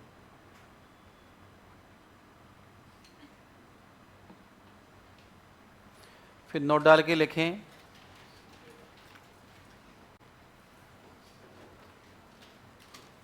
हल ने 1928 में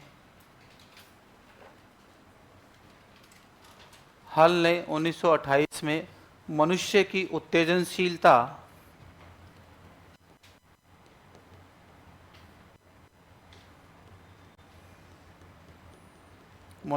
उत्तेजनशीलता को मापने हेतु एप्टीट्यूड टेस्ट का निर्माण किया, अभियोग्यता परीक्षण का निर्माण किया।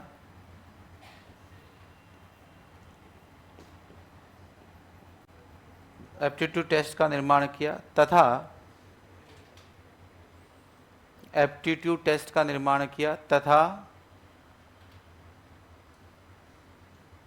1933 में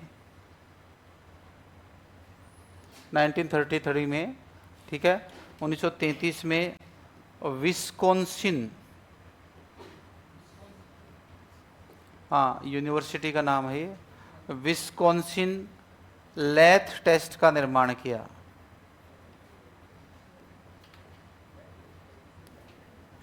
विस्कॉन्सिन लेथ टेस्ट का निर्माण किया। विस्कॉन्सिन लेथ टेस्ट का क्या किया? निर्माण किया। क्लियर? लेथ टेस्ट का निर्माण किया और ये हल यहाँ पर क्या हो जाता है? एंड होता है। तो व्यवहारवाद कंप्लीट हो गया है अपना, पहली थ्योरी।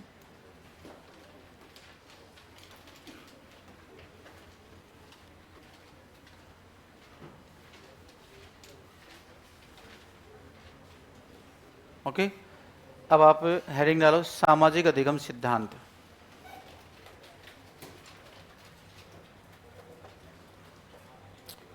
सामाजिक अधिगम सिद्धांत, सोशल लर्निंग थ्योरी।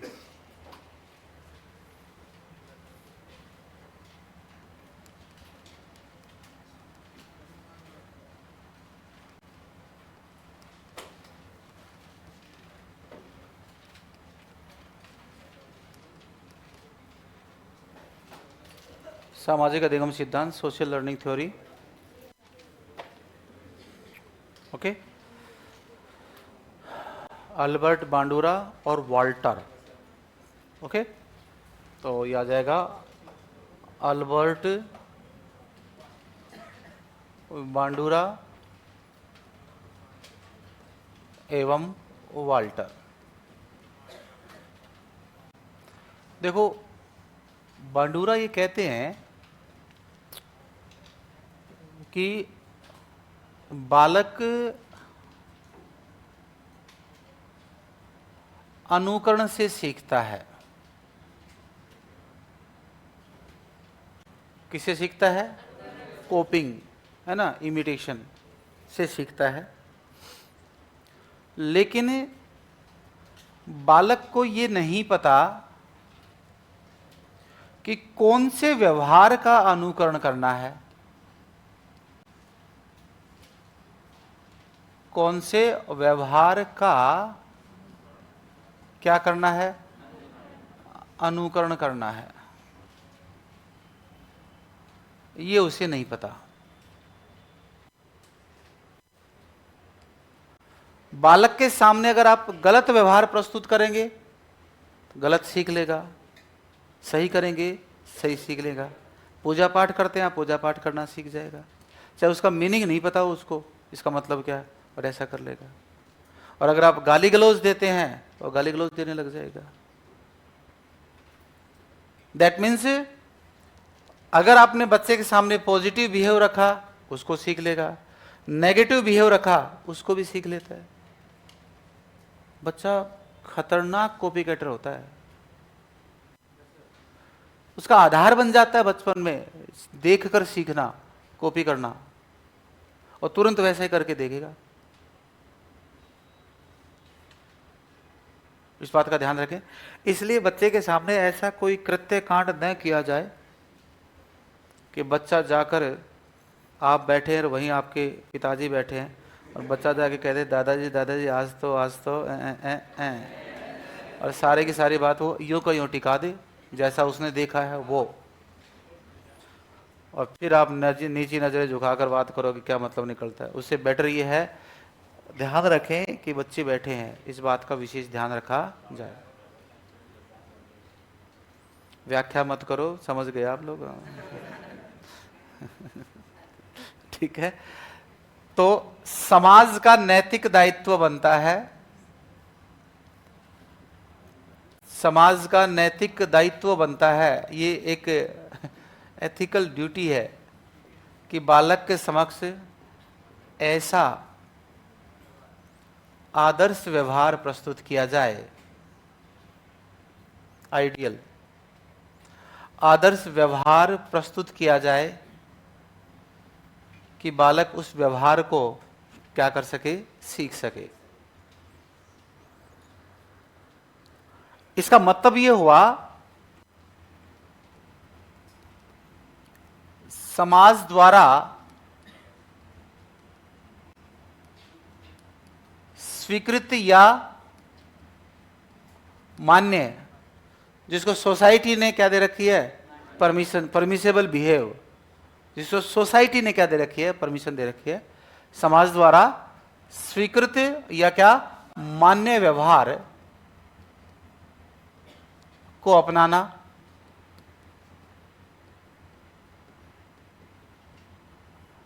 एवं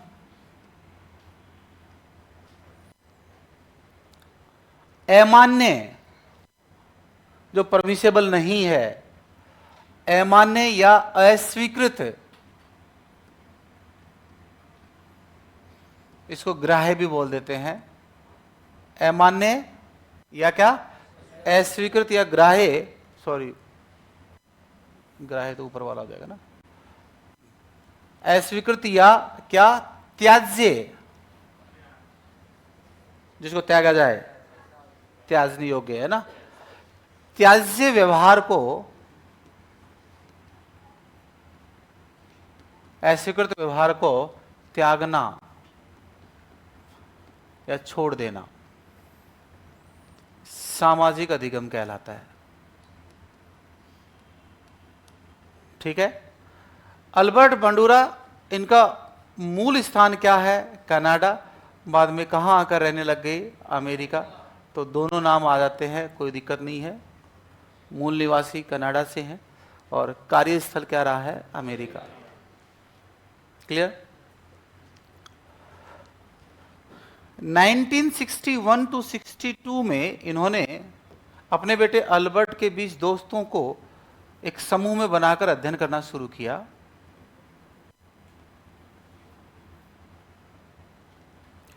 1965 से 66 में 33 लड़कों और 33 लड़कियों, सॉरी 33 लड़कों और 33 लड़कियों के समूह पर सामाजिक सुदृढ़ीकरण,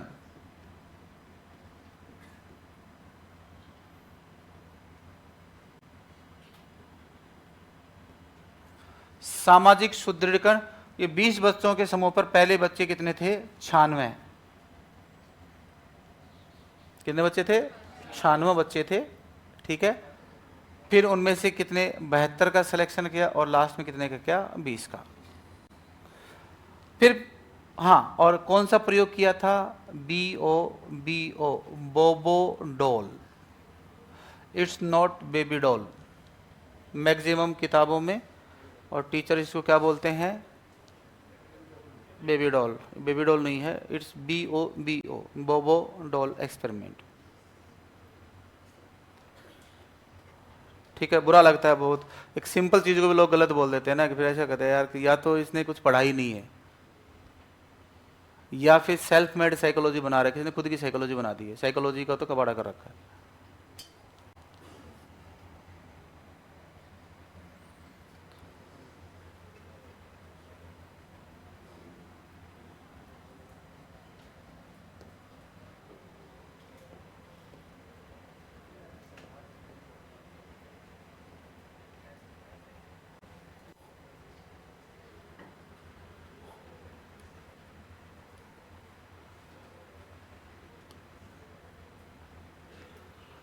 नाइनटीन 1963, फिर उसके बाद में ये देखो अभी बताया था ना, 96 से क्या 72, उसके बाद में ये सारे एक्सपेरिमेंट चल रहे हैं। 1963 का एक्सपेरिमेंट, ठीक है, ये 96 को 48 था वो, ओके। 1965 का वो 1961 से 1963 तक चला था। फिर रीइंफोर्समेंट एंड पनिशमेंट, है ना, ये आ गया। उसके बाद में लास्ट में 1965 की स्टडीज आ गई, सोशल लर्निंग थ्योरीज, और लास्ट में इसका आएगा एक, इसमें शायद पूरा नहीं दे रखा है। खैर, आपको मुझे बताना क्या था जिस पर चर्चा हम कर रहे थे, एक तो ये कौन सा एक्सपेरिमेंट है? BO एक्सपेरिमेंट है, not it's a baby doll. और कईयों ने तो और खतरनाक हद पार कर दी, बारबी डॉल। हाँ, अपने यहाँ एक साथी है, उन्होंने कर रखा था खतरनाक काम, है ना। तो ये ना तो बारबी है, बारबी एक ब्रांड का नाम है, डॉल की ब्रांड का नाम है बारबी। अभी महंगी आती हैं वो डॉल्स, जो मतलब अव्वल दर्जे का जो मतलब छिछोरापन होता है ना, उसमें बारबी डॉल आती है। सही है, मैं मजाक नहीं कर रहा हूँ। मतलब उस पर खूब सारा पैसा खर्च होता है, और वो सिर्फ क्या होती है? पड़ी रहती है ना। उससे ज्यादा तो जो लड़कियों के पास लाल कलर का वो टेडी बियर नहीं होता बड़ा सारा, 200 400 500 रुपये में आ जाता है, वो नहीं होता है क्या? अरे लाल कलर का, जिसके ऊपर उसके चेस्ट के ऊपर एक लव सिंबल होता है, बिल्कुल रेड रोए रोए से होते हैं, है ना। जब लड़कियां अकेली रहती हैं, उनको उनकी याद आती है, तो फिर वो खुद भी लेटी हुई हैं और वो भी लेटा हुआ है ना। फिर इसके नाक के आगे मेरे बाबू ने थाना थाया।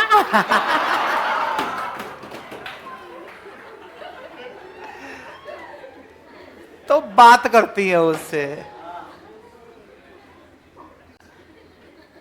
ये युक्तिकरण है एक तरह का, है ना, समायोजन है, क्षतिपूर्ति। सही कह रहा हूँ? बाबू ने थाना थाया, बाबू ने नहीं थाया, था लो, है ना। फिर वो लास्ट में गुड नाइट बाबू, गुड नाइट बाबू, है ना। क्या बकवास है। ठीक है। तो ये मुझे तो कई बार ऐसे ये जो गलतियां है ना उनको देख कर हंसी आती थी, फिर वो मैं कभी नहीं चाहता ये इस लेवल पे जाऊं मैं, है ना, कि इसको दिखाऊं, क्योंकि ये जो दिखाता हूं वो मुझे ऑलरेडी पता होता है कि हाँ कहाँ क्या है, आइडिया रहता है कि कहाँ क्या है। तो मैंने सारे फैक्ट चेक बहुत प्रॉपर तरीके से करके उसके बाद डिलीवर करता हूँ मैं। एक जैसे से कभी संतुष्ट नहीं होता, मतलब कई सारी साइट वगैरह चैट जीपीटी पर टोटल उसका इंसाइक्लोपीडिया देख के कंप्लीट उसके बाद अपने नोट्स में उसमें डालता हूँ। लोग यूं ही कह देते हैं ये कर, अरे कैसे कर दोगे भाई साहब, पता नहीं कितने कितने एस्पेक्ट हैं ढूंढने की चीज़ों को, तब जाके चीज़ें तैयार होती हैं। हमने 12-13 साल यूं ही दिए हैं क्या? अरे उम्र के उस पड़ाव में जहाँ लोगों को घूमना चाहिए, मस्ती करनी चाहिए, वहाँ मैंने साइकोलॉजी को 13 साल दिए हैं। आसान थोड़ी था ये सफ़र। और कोई भी आएगा और कोई भी आके कुछ भी कह देगा हम ये कर देंगे, ऐसे थोड़ी हो जाए। दिमाग में सारे हथियार होते हैं, यूँ रिप्लेस करना आसानी से थोड़ी होता है। तो वो फर्क पड़ता है, उस चीज़ को ध्यान रखें। ये क्लियर है? ठीक है।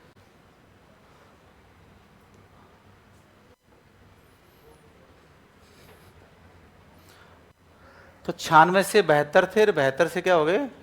देखो 48-48 देखा था ना, फिर 72 3 ग्रुप में बांट दिए, 24-24 के ग्रुप में ऐसे करके।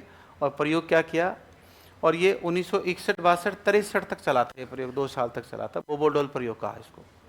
ठीक है।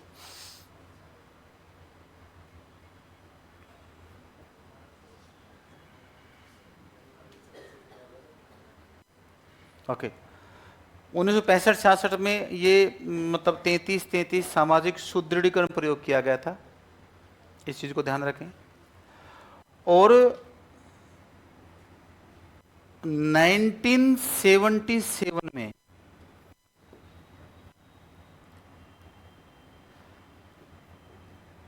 सामाजिक अधिगम सिद्धांत दिया गया, सोशल लर्निंग थ्योरी दी गई। ठीक है। तो ये किताबों में 1970 लिख रखा है, ये 1970 नहीं है, ये क्या है 1977। आपको 70 लिखवा रखा है, वो सही कर लेना। 70 का कोई सीन ही नहीं है कहीं आसपास ही। 1977। 1986 में 1986 में अल्बर्ट बांडुरा ने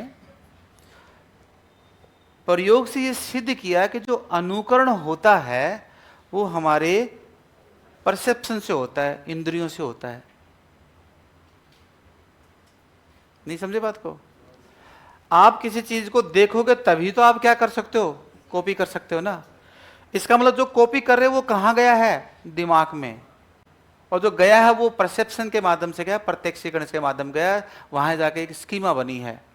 इसका मतलब जो सामाजिक व्यवहार आप सीख रहे हैं वो सीख कहां रहे हैं, मस्तिष्क में। इसका मतलब केवल अनुकरण क्या नहीं है, सही नहीं है, साथ में क्या है, संज्ञान भी होना चाहिए। समझ आ रही बात है? तो 1986 में foundational thought and action, social foundation thought and action, ये किताब लिखता है कौन, बंडूरा। और वो ये कहता है कि सीखने के लिए केवल अनुकरण जिम्मेदार नहीं है, सीखने में संज्ञान का भी क्या होता है, महत्व होता है। स्कीमा निर्माण का भी अपने आप में महत्व होता है। क्यों? क्योंकि अनुकरण करने के लिए आपको क्या करना पड़ता है, प्रत्यक्षीकरण करना पड़ता है, परसेप्शन करना पड़ता है। मान लीजिए मेरे सामने कोई काम करके दिखा रहा है, मैं उसको देख रहा हूं, इसका मतलब क्या, किसका उपयोग कर रहा हूं, इंद्रियों का। इंद्रियां उसका क्या कर रही हैं, प्रत्यक्षीकरण, परसेप्शन कर रही है कि नहीं कर रही है। और जहां परसेप्शन आ गया वहां पर क्या जुड़ेगा, मस्तिष्क, क्योंकि परसेप्शन कौन गेन कर रहा है, ब्रेन। इसका मतलब अनुकरण करने के लिए भी किसका इस्तेमाल है, ब्रेन का। तो सुधार करता है अपनी थ्योरी में कि मेरी थ्योरी सामाजिक अधिगम सिद्धांत न होकर सामाजिक संज्ञान अधिगम सिद्धांत होनी चाहिए। तो वो क्या करता है, 1986 में सोशल फाउंडेशन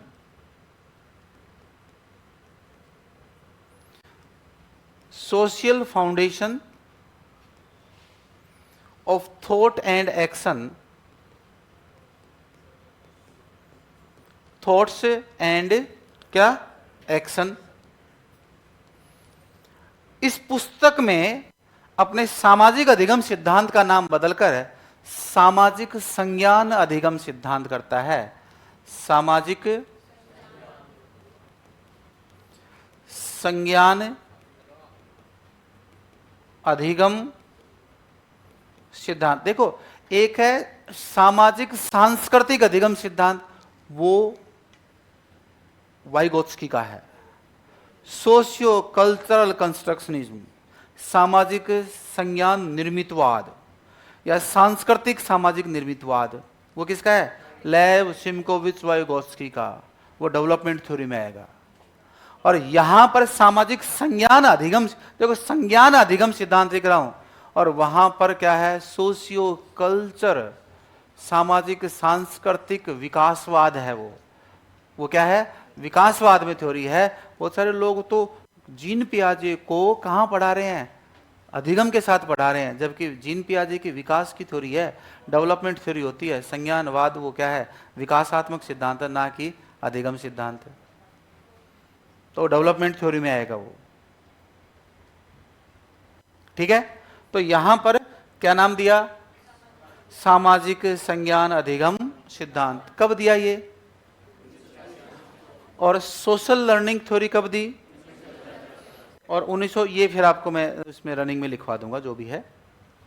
1991-92 में बोबोडोल प्रयोग का अंतिम संशोधन किया गया। क्या किया गया? अंतिम संशोधन किया गया।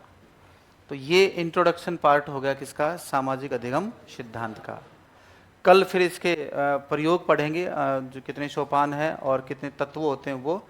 तो आधे घंटे का इसके बाद बचेगा। फिर कल अब छोटी थ्योरी रहेंगी, बड़ी थ्योरी नहीं आएंगे ना। इसके बाद गेस्टाल्टिज्म में थोड़ा समय लगेगा, ठीक है। उसके बाद रॉबर्ट गैने है, एडवर्ड चैम्पफील्ड टॉलमैन है, एडविन रे गुथरी है। लगभग 3 दिन में ये कंप्लीट हो जाएंगे, और 2 दिन में अगले वाला पार्ट है जो सामाजिक, आपका 1 दिन ही लगेगा उसमें। तो सामाजिक अंतरण मतलब ट्रांसफर ऑफ लर्निंग, और एक अधिगम के वक्र, जो अधिगम के कर्व होते हैं ना, लर्निंग कर्व, वो वाला।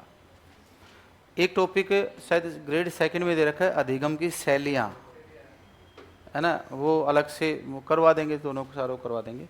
तो ये इसको लिखना शुरू करो, फिर आगे चलते हैं। ये फैक्ट्स हो गए अभी, तो थ्योरी तो कल आएगी, स्टार्ट होगी, है ना। देखो, अल्बर्ट बांडुरा, प्रतिपादक लिख लेना, अल्बर्ट बांडुरा व वाल्टर, दोनों लिख लो, अल्बर्ट बांडुरा व वाल्टर।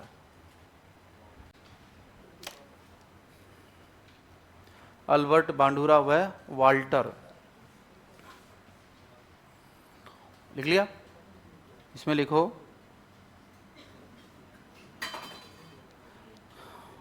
अल्बर्ट बांडुरा अमेरिका से हैं।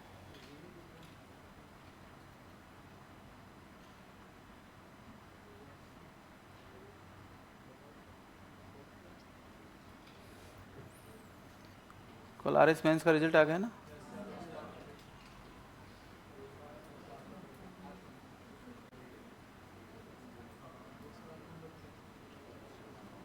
आरएस मेंस में भी टिका दिया लोगों को। कट ऑफ देखना उसकी।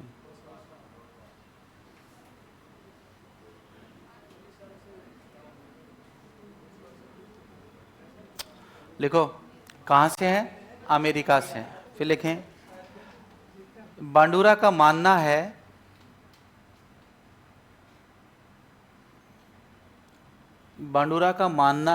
कि बालक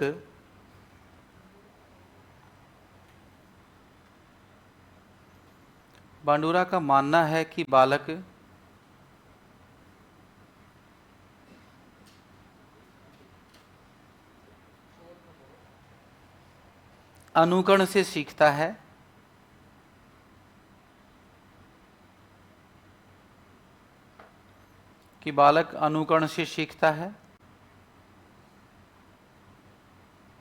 लेकिन बालक को यह नहीं पता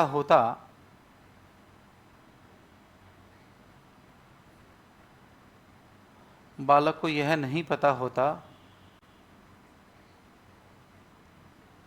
कि कौन से व्यवहार का अनुकरण करना है।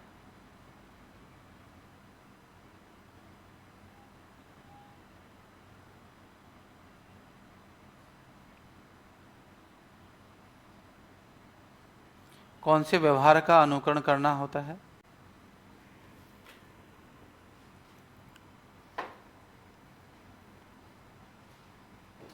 अतः समाज का नैतिक दायित्व है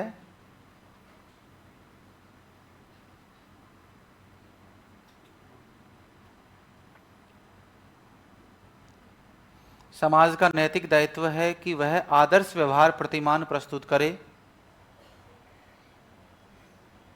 आदर्श व्यवहार प्रतिमान प्रस्तुत करे।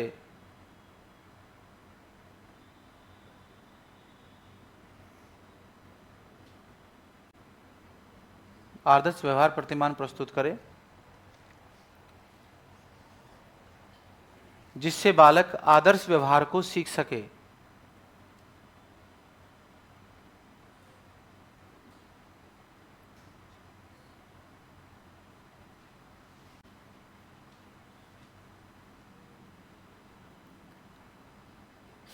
आदर्श व्यवहार को सीख सके। अतः अब इन्वर्टेड कोमा में लिखेंगे लाइन जो आगे है। अतः समाज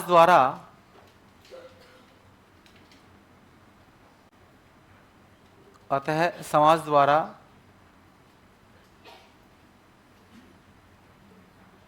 स्वीकृत या मान्य व्यवहार को अपनाना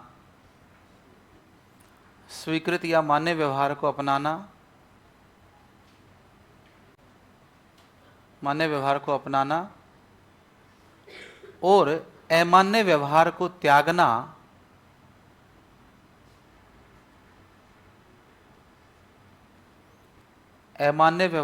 क्या करना? त्यागना ही सामाजिक अधिगम कहलाता है। सामाजिक अधिगम कहलाता है।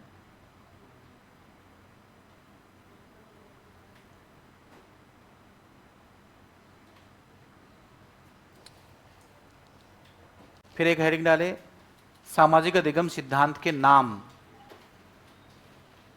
सिंपल नाम है, लिख लें एक बार, बोल देता हूं मैं। सामाजिक अधिगम सिद्धांत के नाम।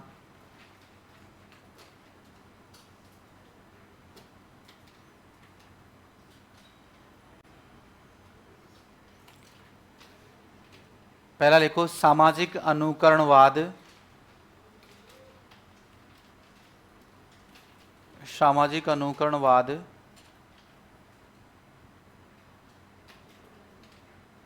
क्या लिखेंगे? सामाजिक अनुकरणवाद। दूसरा लिखें सामाजिक अधिगम सिद्धांत। सामाजिक अधिगम सिद्धांत।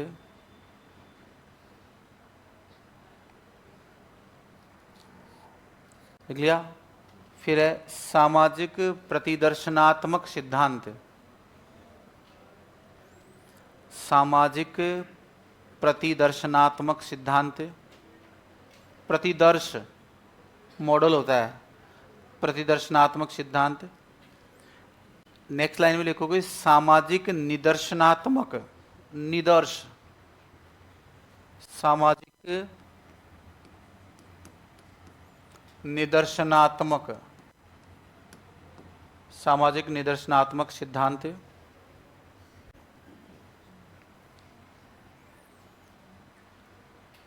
फिर लिखो प्रेक्षणात्मक। प्रेक्षण होता ना, प्रेक्षण करते हैं, प्रेक्षणात्मक लिख लियो। ओब्लिग अवलोकन अधिगम सिद्धांत। प्रेक्षणात्मक ओब्लिग अवलोकनीय अधिगम सिद्धांत।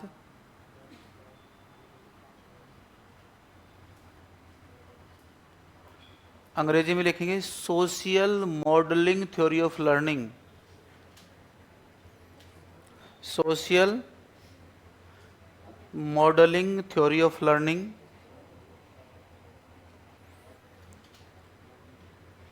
Theory of learning. और एक लिखो सामाजिक संज्ञान अधिगम सिद्धांत। सामाजिक संज्ञान अधिगम सिद्धांत। सोशियल कॉग्निटिव, सामाजिक संज्ञान अधिगम सिद्धांत, सामाजिक संज्ञान अधिगम सिद्धांत, social cognitive learning theory.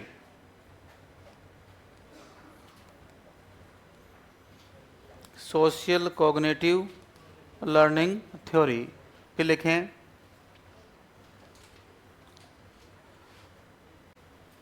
Albert बांडुरा ने, नेक्स्ट ये हो गए नाम, अल्बर्ट बांडुरा ने 1961-63 के मध्य 61-63 के मध्य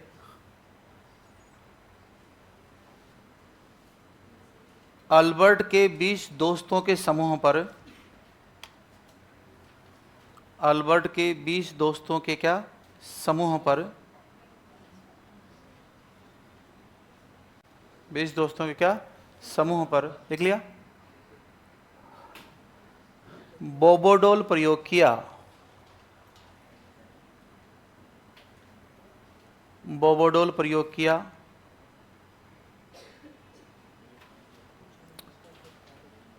1965 में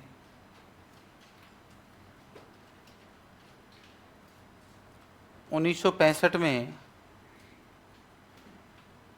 33 लड़कों व 33 लड़कियों के साथ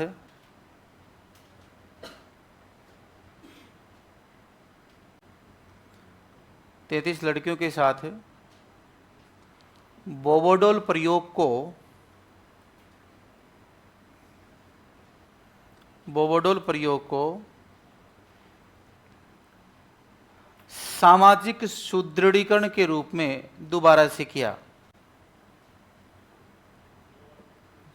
बोबोडोल प्रयोग को सामाजिक सुदृढ़ीकरण के रूप में दोबारा से आयोजित किया, दोबारा से आयोजित किया।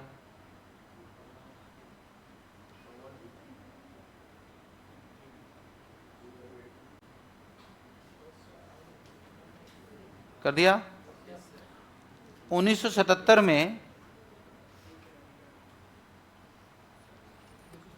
1977 में बांडुरा ने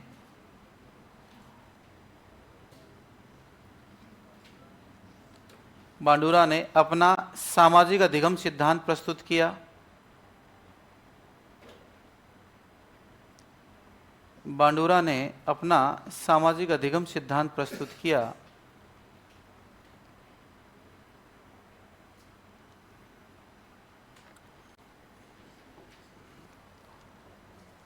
फिर लिखो 1986 में, 1986 में अल्बर्ट बांडुरा ने अपनी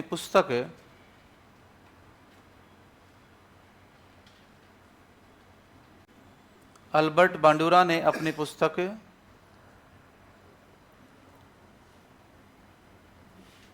सोशल फाउंडेशन ऑफ थॉट,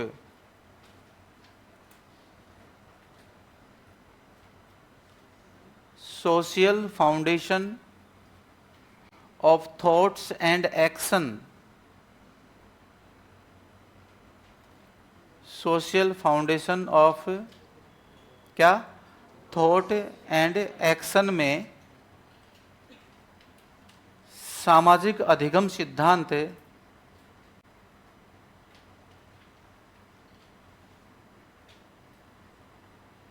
सामाजिक अधिगम सिद्धांत का नाम बदलकर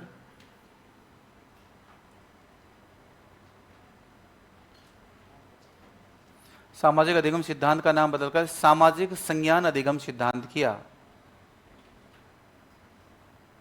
सामाजिक संज्ञान अधिगम सिद्धांत किया। और लास्ट लाइन 1991-92 में सामाजिक संज्ञान अधिगम सिद्धांत किया। 1991-92 में बोबोडोल प्रयोग का अंतिम संशोधन किया। 1991-92 में पहले तो सामाजिक संज्ञान अधिगम सिद्धांत किया, वो लाइन कंप्लीट हो गई। और नेक्स्ट लाइन लास्ट क्या है, 91-92 में क्या किया? बोबो डॉल प्रयोग का अंतिम संशोधन प्रस्तुत किया। बाकी कल।